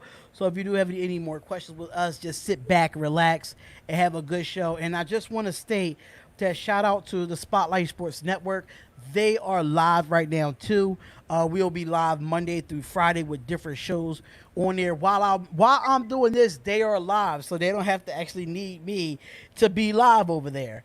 So shout out to the Spotlight Sports Network. Make sure y'all go subscribe to that channel, which is called the Spotlight Sports Network as well. He said, remember Tui Asasopo, he was fine. He was like, like that backup quarterback that kind of everybody liked. I liked him. Marcus Tuiasosopo. And Alex Acosta says, what's up with AB's behavior last year? When it came to AB's behavior, he had that same behavior in Pittsburgh. And I thought, having a different scenery coming to the Raiders, knowing that we're playing in Vegas the following year, I think he would be excited to have a new clean slate. But he brought that drama and that distraction right to us, and it threw us right off the whole season. It threw us right off because I think John Gruden had a preparation of what he was going to do with Antonio Brown, and Tyrell Williams feed off Antonio Brown at that time. But I don't know if y'all saw my video, but the joke is on Antonio Brown, because if he just would have stayed with us and didn't have all the distractions and wanted to be out, I'm free, da da da da, we might have a different season last year. Yeah, he's got some serious mental issues, to be perfectly honest with you. So that's pretty much that sums that up. Right. That's true too. So, he said you still need to draft QBs though. I agree with that. We still need to draft a QB just because of we don't know what's going to happen with Marcus Mariota and Derek Carr next year. But do I say go after a quarterback in the first and second round? Absolutely not. There's too much high expectations to go get a quarterback for the Raiders in picks one, 2, or 3. I think if you go in the 4th or 5th round, where we got what we got Derek Carr in what in the 6th round, if I'm not 4th or 5th round or something like that.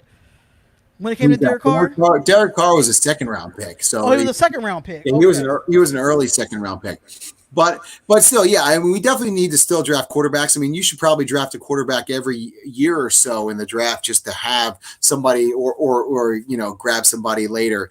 I agree, and I think we all kind of thought the Raiders were going to try to grab one in the like the 3rd, 4th round this year, and they didn't end up doing it. But yeah, but I'm just saying it's harder than people think of just being like, oh yeah, just tank and get a quarterback. If Tua's not that good, man, it's going to be tough for the Dolphins to kind of bounce back from that. I mean, granted, they had a couple other 1st round picks, but that's how this kind of thing happens. That's how it works. And I think Miami didn't tank for Tua. They just was not great in the beginning of the year. They started to come on in the end of the year, but what's the point of us tanking for a quarterback? Like, let's just think about it. What is the really point of taking for a quarterback at that, knowing that we're trying to make the playoffs this year? It wouldn't make any sense for us to even tank for a quarterback. Now, if it was a better player in a different position that we needed, and we got a 1st round pick, I say go after it at that pick that we have. But tank it automatically and not making the playoffs and have another losing season, I think us Raiders fans are kind of pissed off and kind of mad or kind of ready to be like, stop all the losing, let's just win. Yeah, I agree.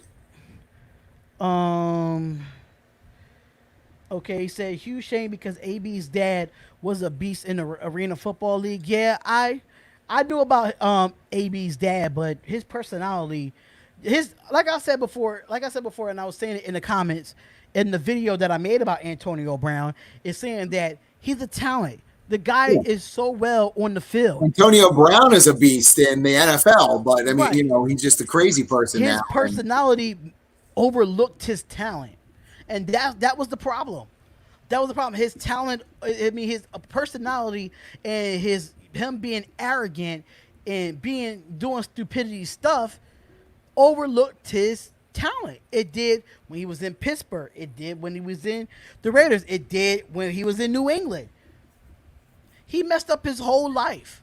So now he's just going to be looking for clout to keep that money flowing. That's all that is.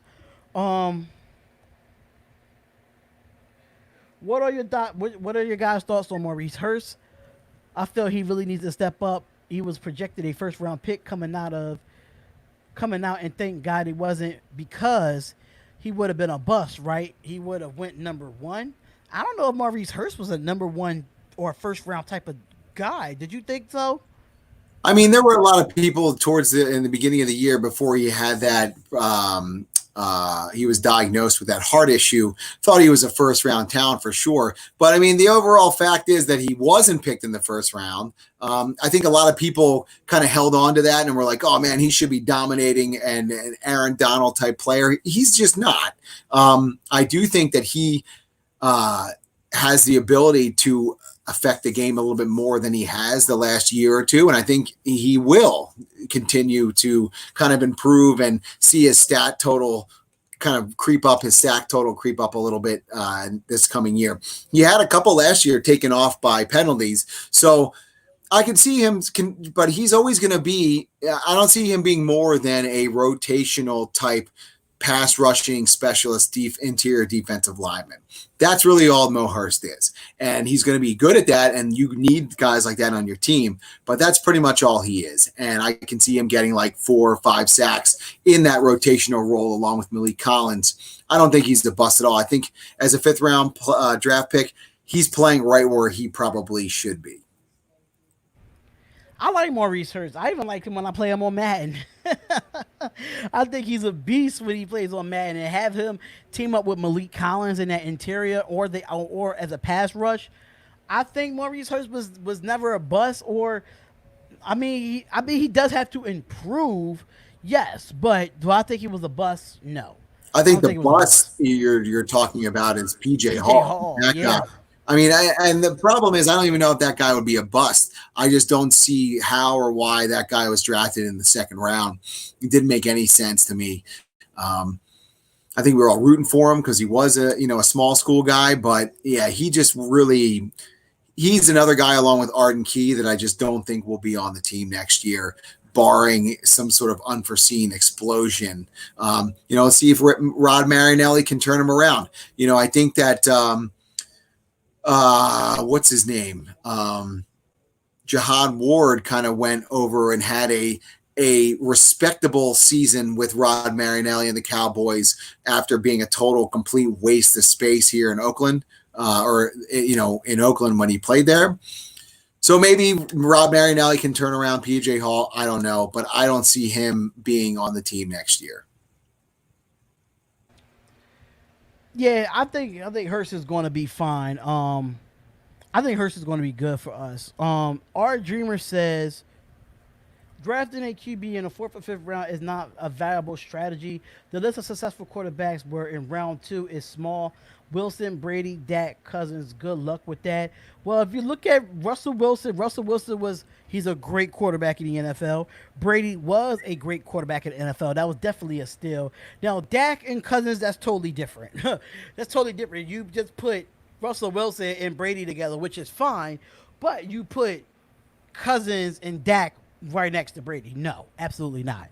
Well, first off, I mean that's 10% of the starting quarterbacks in the NFL. So that's not for nothing. Second of all, I don't think anybody was really talking about drafting a quarterback in the late round to be your starter. I think we were just talking about it's a good practice to draft quarterbacks in the late round to have on your roster that you can continuously monitor and potentially you end up getting a Dak Prescott or a Russell Wilson. Maybe, I think that's me, and maybe I wasn't coming across with that, but that's kind of what I meant is you should be drafting quarterbacks in the later rounds to kind of just have a rotation of quarterbacks consistently coming into your system so that you can kind of see what they do and maybe they shock the world and they're your next starting quarterback. And Watts Raider says take a chance on the quarterback in the second round. And he said Hurts is going to fit in fine, which I think he would. Our Dreamer says, see, I think Carr doesn't perform this year. Draft Fields because they'll be in position to do so. Probably not Lawrence, though.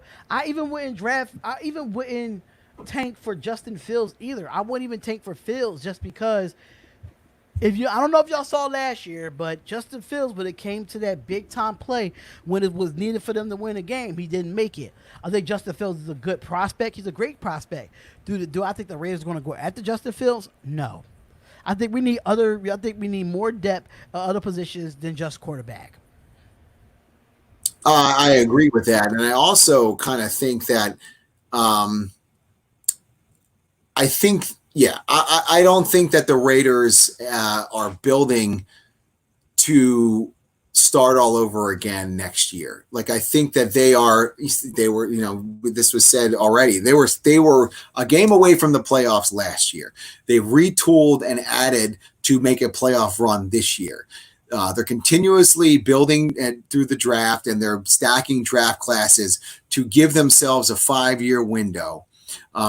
If they are going to all of a sudden, if they take a step back, maybe they have a top 5 pick or something like that.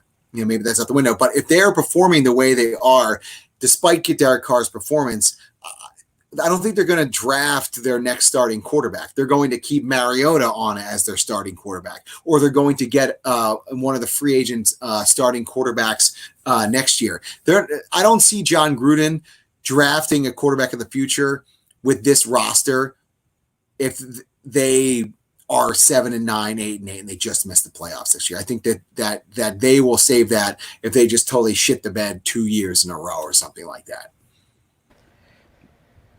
What's going on, Robert Kilpatrick? What's going on, Robert Kilpatrick? Thank you for coming on. We was like, who was that? They're only talking about Jihad Ward. Okay. What's up, Rob? Reggie passed on Dak and drafted Connor Cook, bro. Oh man, Connor Cook was good at Michigan State. Don't do that. Connor Cook was good at Michigan State, but I mean, Dak Prescott, he fell in the draft too. Brady was drafted in the 6th, just hanging out, bro. That's why Philly fans salty because Dak was drafted in the 4th and he's better than Wentz. Just to let you know, Kid Roscoe, that me and Eli is from Philadelphia. We live in Philadelphia as we speak, and we hate. I can't stand the Eagles. I can stand them colors. I can't stand nothing about the Philadelphia Eagles. Well, I was ready to say, I remember Dak in college, though. I knew he was to put the Raiders, took the hype on Connor Cook, and I was pissed. I can see you being pissed, Watts Raider. I can see you being pissed about that. Larry Fleming says, look at what happened with Tony Romo when he was groomed to develop, but now Nathan Peterman is in John Gruden's, and don't be surprised if his performance convinces John to keep him. I mean, as long as they keep him as the 3rd-string quarterback, I don't really care. I mean, like I said, barring any sort of issue, he's not seeing the field, so who cares? I'm not really worried about that. I'm not really worried about Nathan Peterman either, but I think that if he does get a shot learning under Derek Carr and Mariota, plus a John Gruden, he might be better than he ever was in his career. You just never know. Maybe. And Fierce 88 says Carson Wentz can't stay healthy. Well, I mean, I know this is a Raider channel, but I have to say it from a outside of a Raiders fan perspective. Carson Wentz played all 16 games last year. That's all I have to say about that. He just got hurt in the playoffs, but he played all 16 games last year. Wentz is not an accurate passer. Interesting. So who do you think is a better accurate passer, Carson Wentz or Derek Carr? I think Derek Carr is a much more accurate passer. I think Wentz is a better playmaker and can kind of, before even his injuries, he kind of could extend plays with his legs and, throw the ball down the field, which Derek Carr since 2016 has not been able to do. I think that if you were telling me to run a John Gruden offense, I might still take Derek Carr, but I'd probably maybe take Wentz. I mean, he's a better athlete, and I think that he's a little bit better of a quarterback, I think, overall than Derek Carr, but Derek Carr is a more accurate passer if you're just talking about passing than Wentz is. Fierce Raider says, why not put Peterman on the practice squad? I think John Gruden wants to have 3 quarterbacks on the roster. That's just how John Gruden did. He did that when he was with us before, and he did it when he was in Tampa Bay. He wants to keep at least 3 quarterbacks on the roster. We might have some quarterbacks on the practice squad. I just don't know about them, but we might have some. Cars is going to raise his stats this year. If he does raise his stats, where do you think his stats will be raised at? Would it be passing yards or it'll be touchdowns? So me personally, I think it's gonna be passing yards and touchdowns. I think he threw for a little bit over 4,000 last year. I think he moves up to like 41, 42 at the most. Touchdowns, I think he'll get a little bit more. I think he had what? He didn't have 20 touchdown passes last year, did he? I think he had like 21 or something, or he did not have a lot of touchdown passes last year. Okay, so I'll say that has to be moved up to at least 30 touchdowns. Well, I don't think that he'll get 30 touchdowns next year. I think that he will have a handful more touchdowns, maybe 4 more touchdowns, and I think that his yardage will probably stay the same. I think that they're going to stick with the ground game. I think that they're going to open up the playbook a little bit more in the red zone. And think about this. If Derek Carr scores, 5 more times through the air, this team could be in the playoffs this year. Who knows? If they score those touchdowns against Denver, or if they score a touchdown against, any of those teams. So I think a handful more touchdowns gives the Raiders a 9-7 record, off the bat. All right. So they said he was on a practice squad already. Oh, I'm sorry. Derek Carr is going to have a breakout year, according to Robert Kilpatrick. I think both. Kiwi Raider, get rid of Peterman. Lynn Bowden can be the number 3. That's an interesting topic because Lynn Bowden, Lynn Bowden I can't don't see play him being no quarterback. number 3 quarterback, but I can Lynn see Bowden him. cannot play quarterback in the NFL. Lynn Bowden Jr. is a athlete, and he was the emergency quarterback for Kentucky. So it's not like he was even the emergency quarterback for Alabama or Clemson. He was the emergency quarterback for Kentucky, only played quarterback because he absolutely had to, and threw it like a dozen times all year. The guy cannot really be a quarterback. He's just smart enough to maybe be able to play quarterback in the SEC in college. The guy is not going to be a quarterback. He might play have some trick plays where he throws the ball, but man, this guy, he can't be a quarterback. He can't be a number 3 quarterback in the NFL. He's going to be a running back. He's going to be a split end. He's going to be a dynamic kind of chess piece for Gruden. He won't be a quarterback in John Gruden's offense. I can say put him in a Wildcat. That's the only thing I'll say if he's going to be behind center. Put him in a Wildcat. You can't put him in there for nothing else. He'll throw 4 passes in this year or something like that. But they might do what they did with Tim Tebow and Cam Newton. He'll run up to the line and give him the little pass dump to the tight end.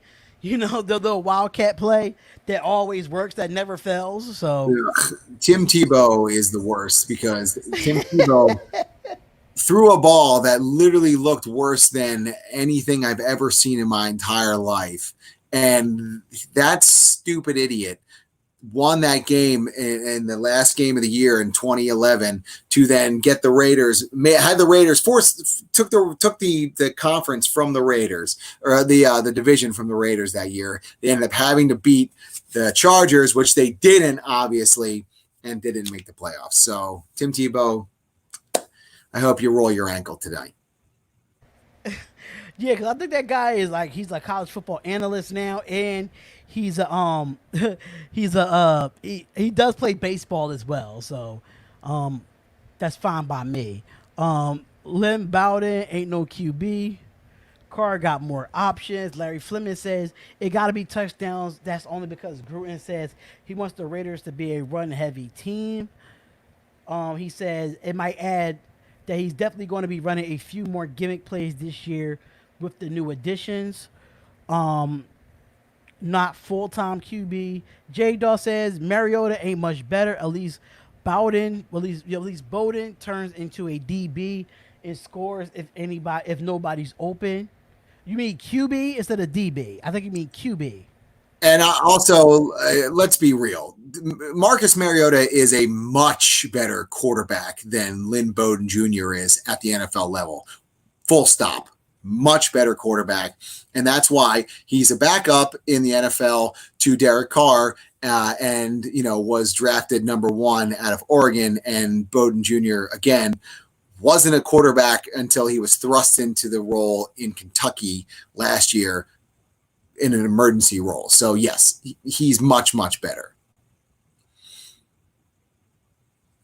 Rasco. Oh, he said running back, not DB. Okay. Yes.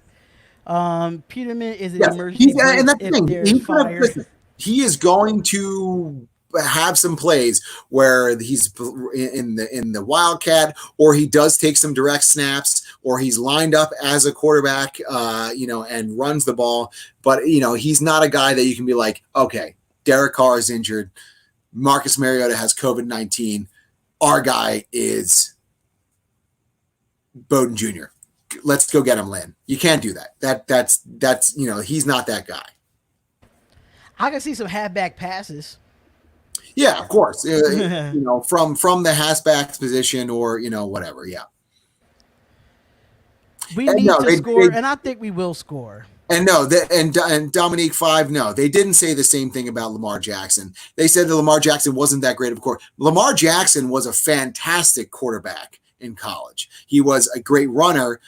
They said they didn't know if he could really be a great passer in the NFL, which let's be honest, I still don't think he is. But he can play the quarterback position far better than Lynn Bowden Jr. is. Lynn Bowden Jr. is not a quarterback. Lynn Bowden Jr. is a wide receiver running back who had to play quarterback. LaMarcus Jackson is just one of the best athletes in the world playing football that, was a starting quarterback for multiple years and was drafted as a quarterback. And he's performing well enough at that position. I still don't think he's a really good quarterback. I think he's a great playmaker. He's literally like a poor man's, what do you call it? What's his name? Randall Cunningham. Honestly, if Randall Cunningham played today the way that he was, and if, running quarterbacks was a thing, and they actually, he would be Lamar Jackson. Michael Vick, if Michael Vick played on the Baltimore Ravens and they allowed him to do what Jackson was doing, that dude would literally be scoring 60 points in the NFL. Like, Lamar Jackson is a great athlete, not a great quarterback, but he's much better than Lynn Bowden. Absolutely. So, Kid Roscoe says, why would you just be a run-heavy team with a good wide receiving core? Because we have I think we're not going to be a run-heavy team. We're going to be a balanced team. That's what I think. We're going to be a balanced team. Josh Jacobs is going to get his carries.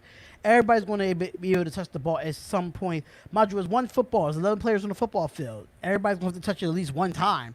At least. Offensive linemen don't really touch it until they have to recover a fumble or something of that nature. But it's a lot of weapons that got to go around with one football.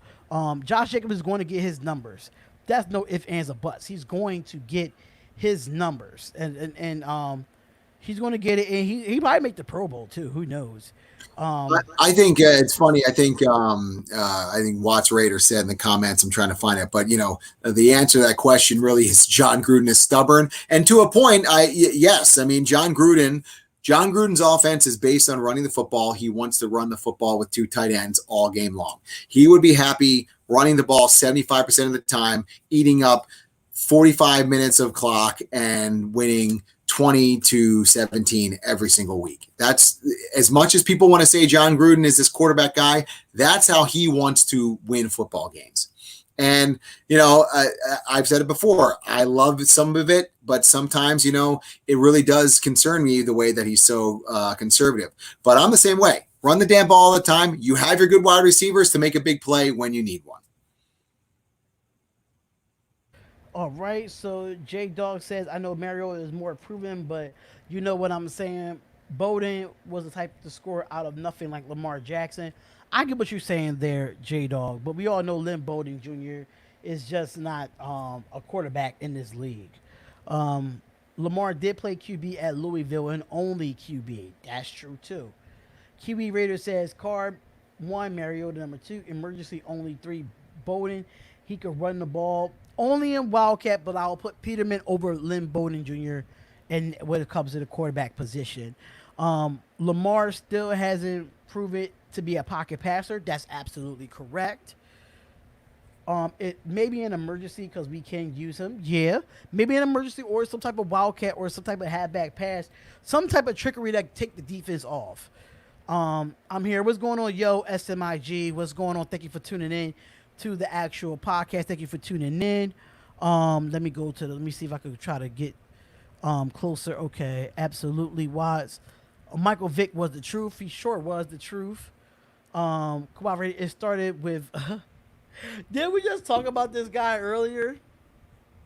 Yeah, Todd Maranovich. Yeah, we just talked about him. The robo quarterback. Randall Cunningham was a machine. Yeah, Randall Cunningham was awesome. Living in Philadelphia, I believe so. So I know. Gruden is mostly balanced, run setups to pass. That, like I just said earlier. Yeah, for the most part, you're right. But I'm just, I'm making a point that he loves to pound the football and control the clock with the run and the pass. Short passes, running the clock out with, or managing the game with short passes in the running game. Raiders going to be exciting regardless. Bronco Fanatic says Jacobs over under 1,300 yards. I say over. I say he gets at least 1,300 yards, but I think he gets closer to a little bit of 1,400, but he doesn't make the 1,400 mark, in my opinion. What you think, Eli? I think that's probably going to be around. I think he's probably going to be around like 1,200 yards. Again, I do think that Bowden Jr. is going to get some carries, a lot more than some people think. And Jalen Richard has always been a focal point of John Gruden's offense. So he's going to get some carries too. They love to run the football, but I think they're going to spread it around a little bit so that they don't beat Jacobs up.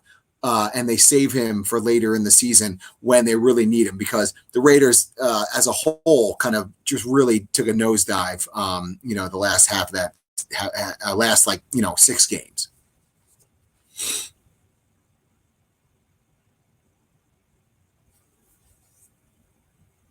Oh, he says, I'm sorry, I was muted. Bronco Fanatic says, where would you rank Derek Carr among all quarterbacks? He says 14.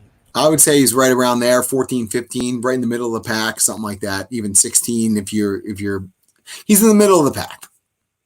Yeah, he's a middle of the pack quarterback. Absolutely. He's definitely a middle of the pack quarterback. I would say between 14 and 15. I wouldn't be mad at that at all either. Jesus Espino, what's going on, Jesus? What's going on? Thank you for being in the chat, because I know I do see you when it comes to the gaming side of when I play Madden on here. But Gruden is old school, absolutely.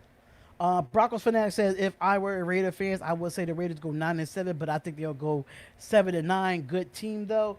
Only a Bronco would say that. Only a donkey would say that. I mean, it's all fun and games, Bronco Fanatic, because I know we are cool at the same time. But, I say 9-7 or 10-6 for the Raiders. Those wide receivers would stretch the backfield and giving Jacobs those opportunities.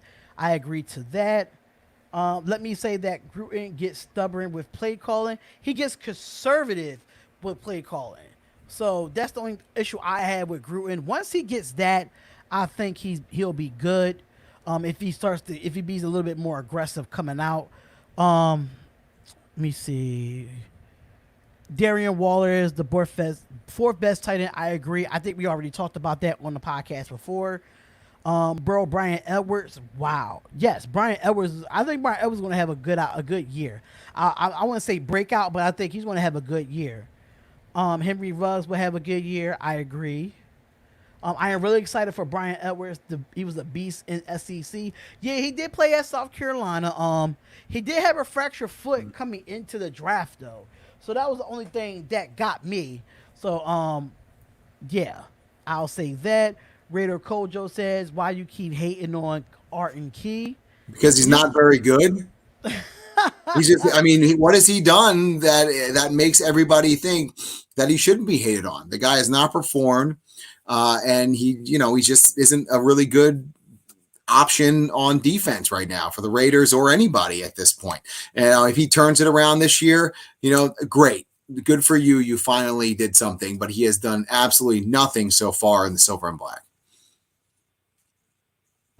All right, Derek Carr will have 26 TDs, 12 interceptions, and 4,000 plus passing yards. I think he wouldn't have 12 interceptions, but I think he will have more touchdowns, and he'll have 4,000 plus passing yards. Paul M says, I agree with starting Derek Carr among all QBs at 14, but he'll finish in top 6, hopefully.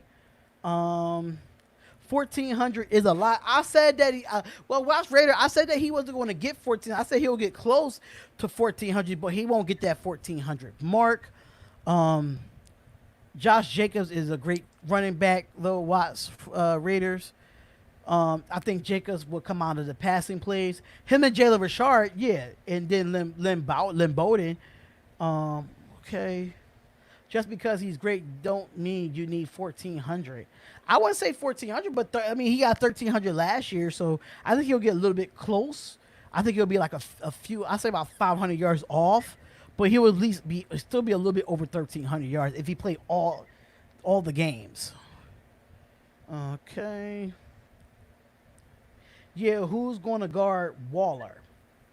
I don't think nobody could guard Waller right now. Hopefully nobody can, yeah. I don't think nobody could guard Waller right now. I cannot stand Gruden conservative play calling at times. It's frustrating. Listen, don't get me wrong. It is frustrating sometimes, especially late in games when you really want to put your foot on the throat and he just kind of like has a 3 and out with 3 straight runs and you're like, gah! And that's that second half Gruden for you.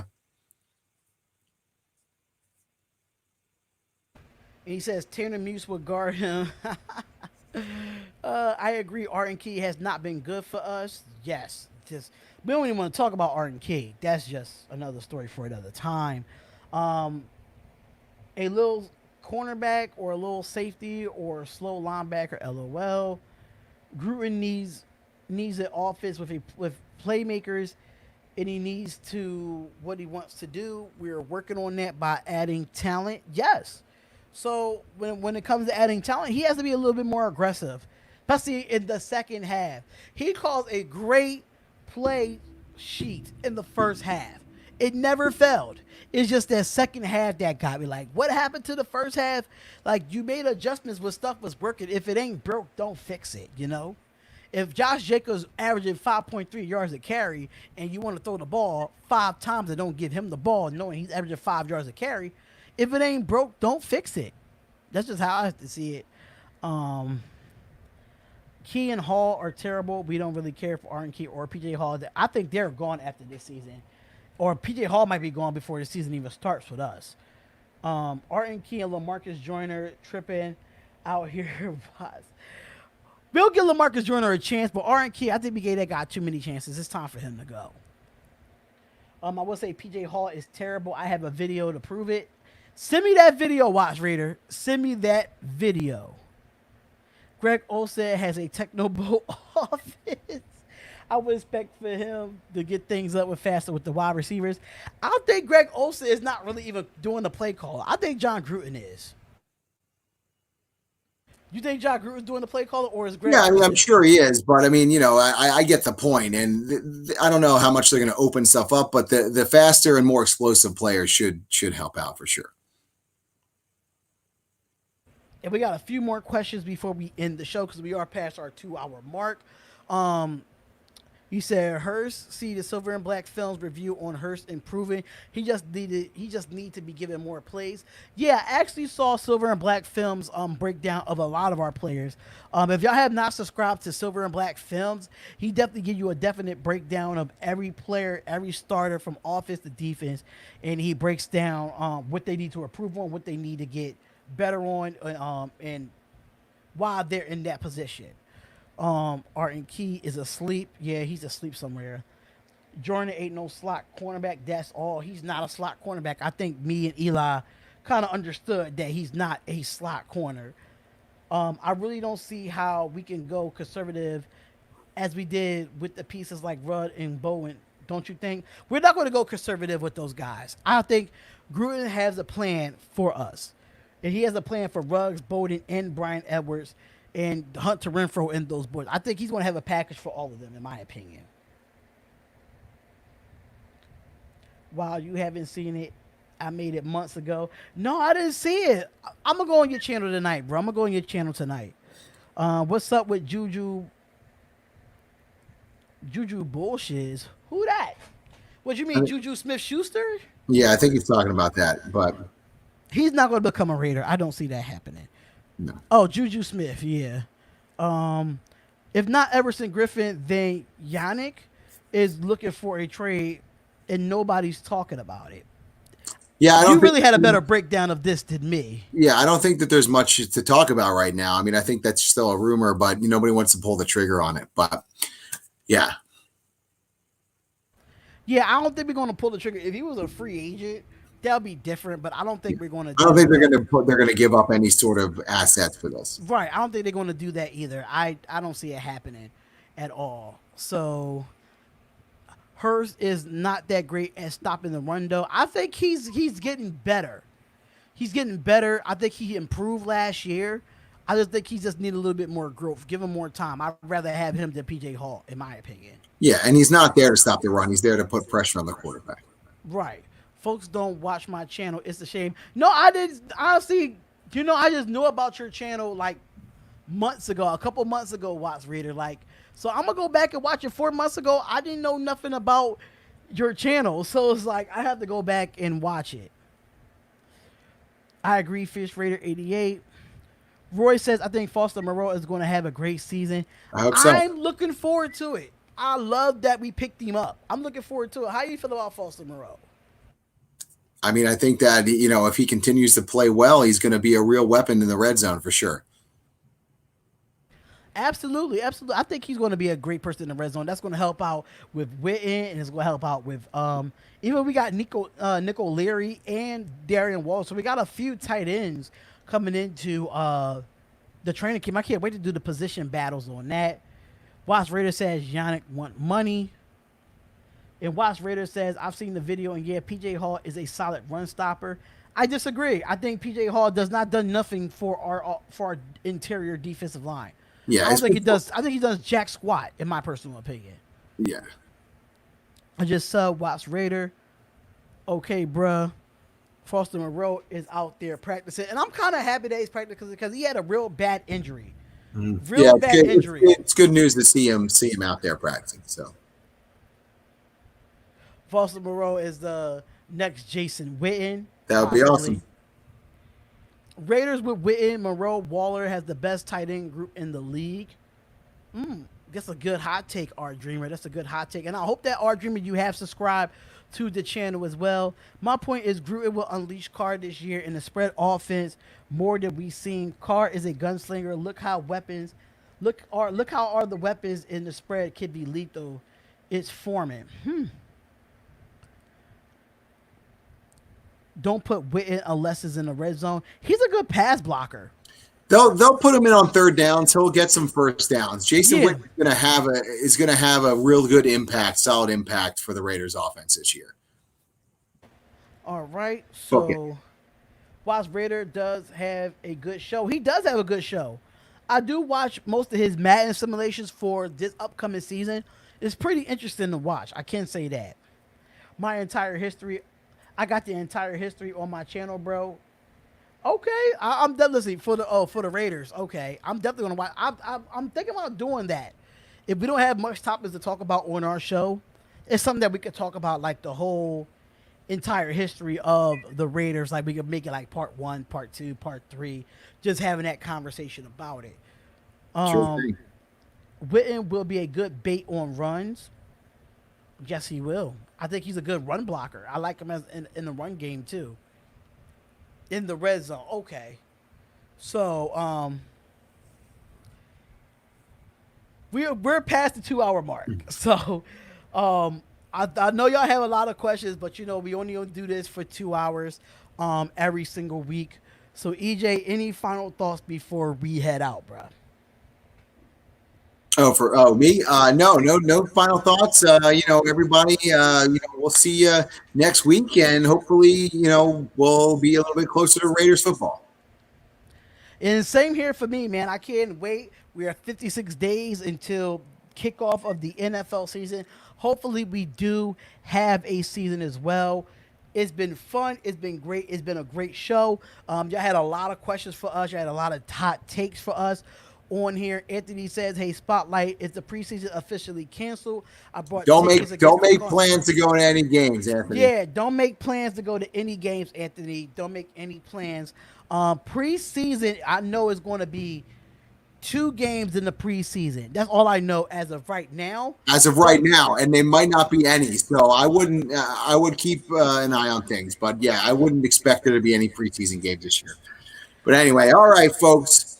We will see you next week, and hopefully we'll have as much people hanging out. I know, because I hope we probably would have got it done earlier, so we are past our 2-hour mark.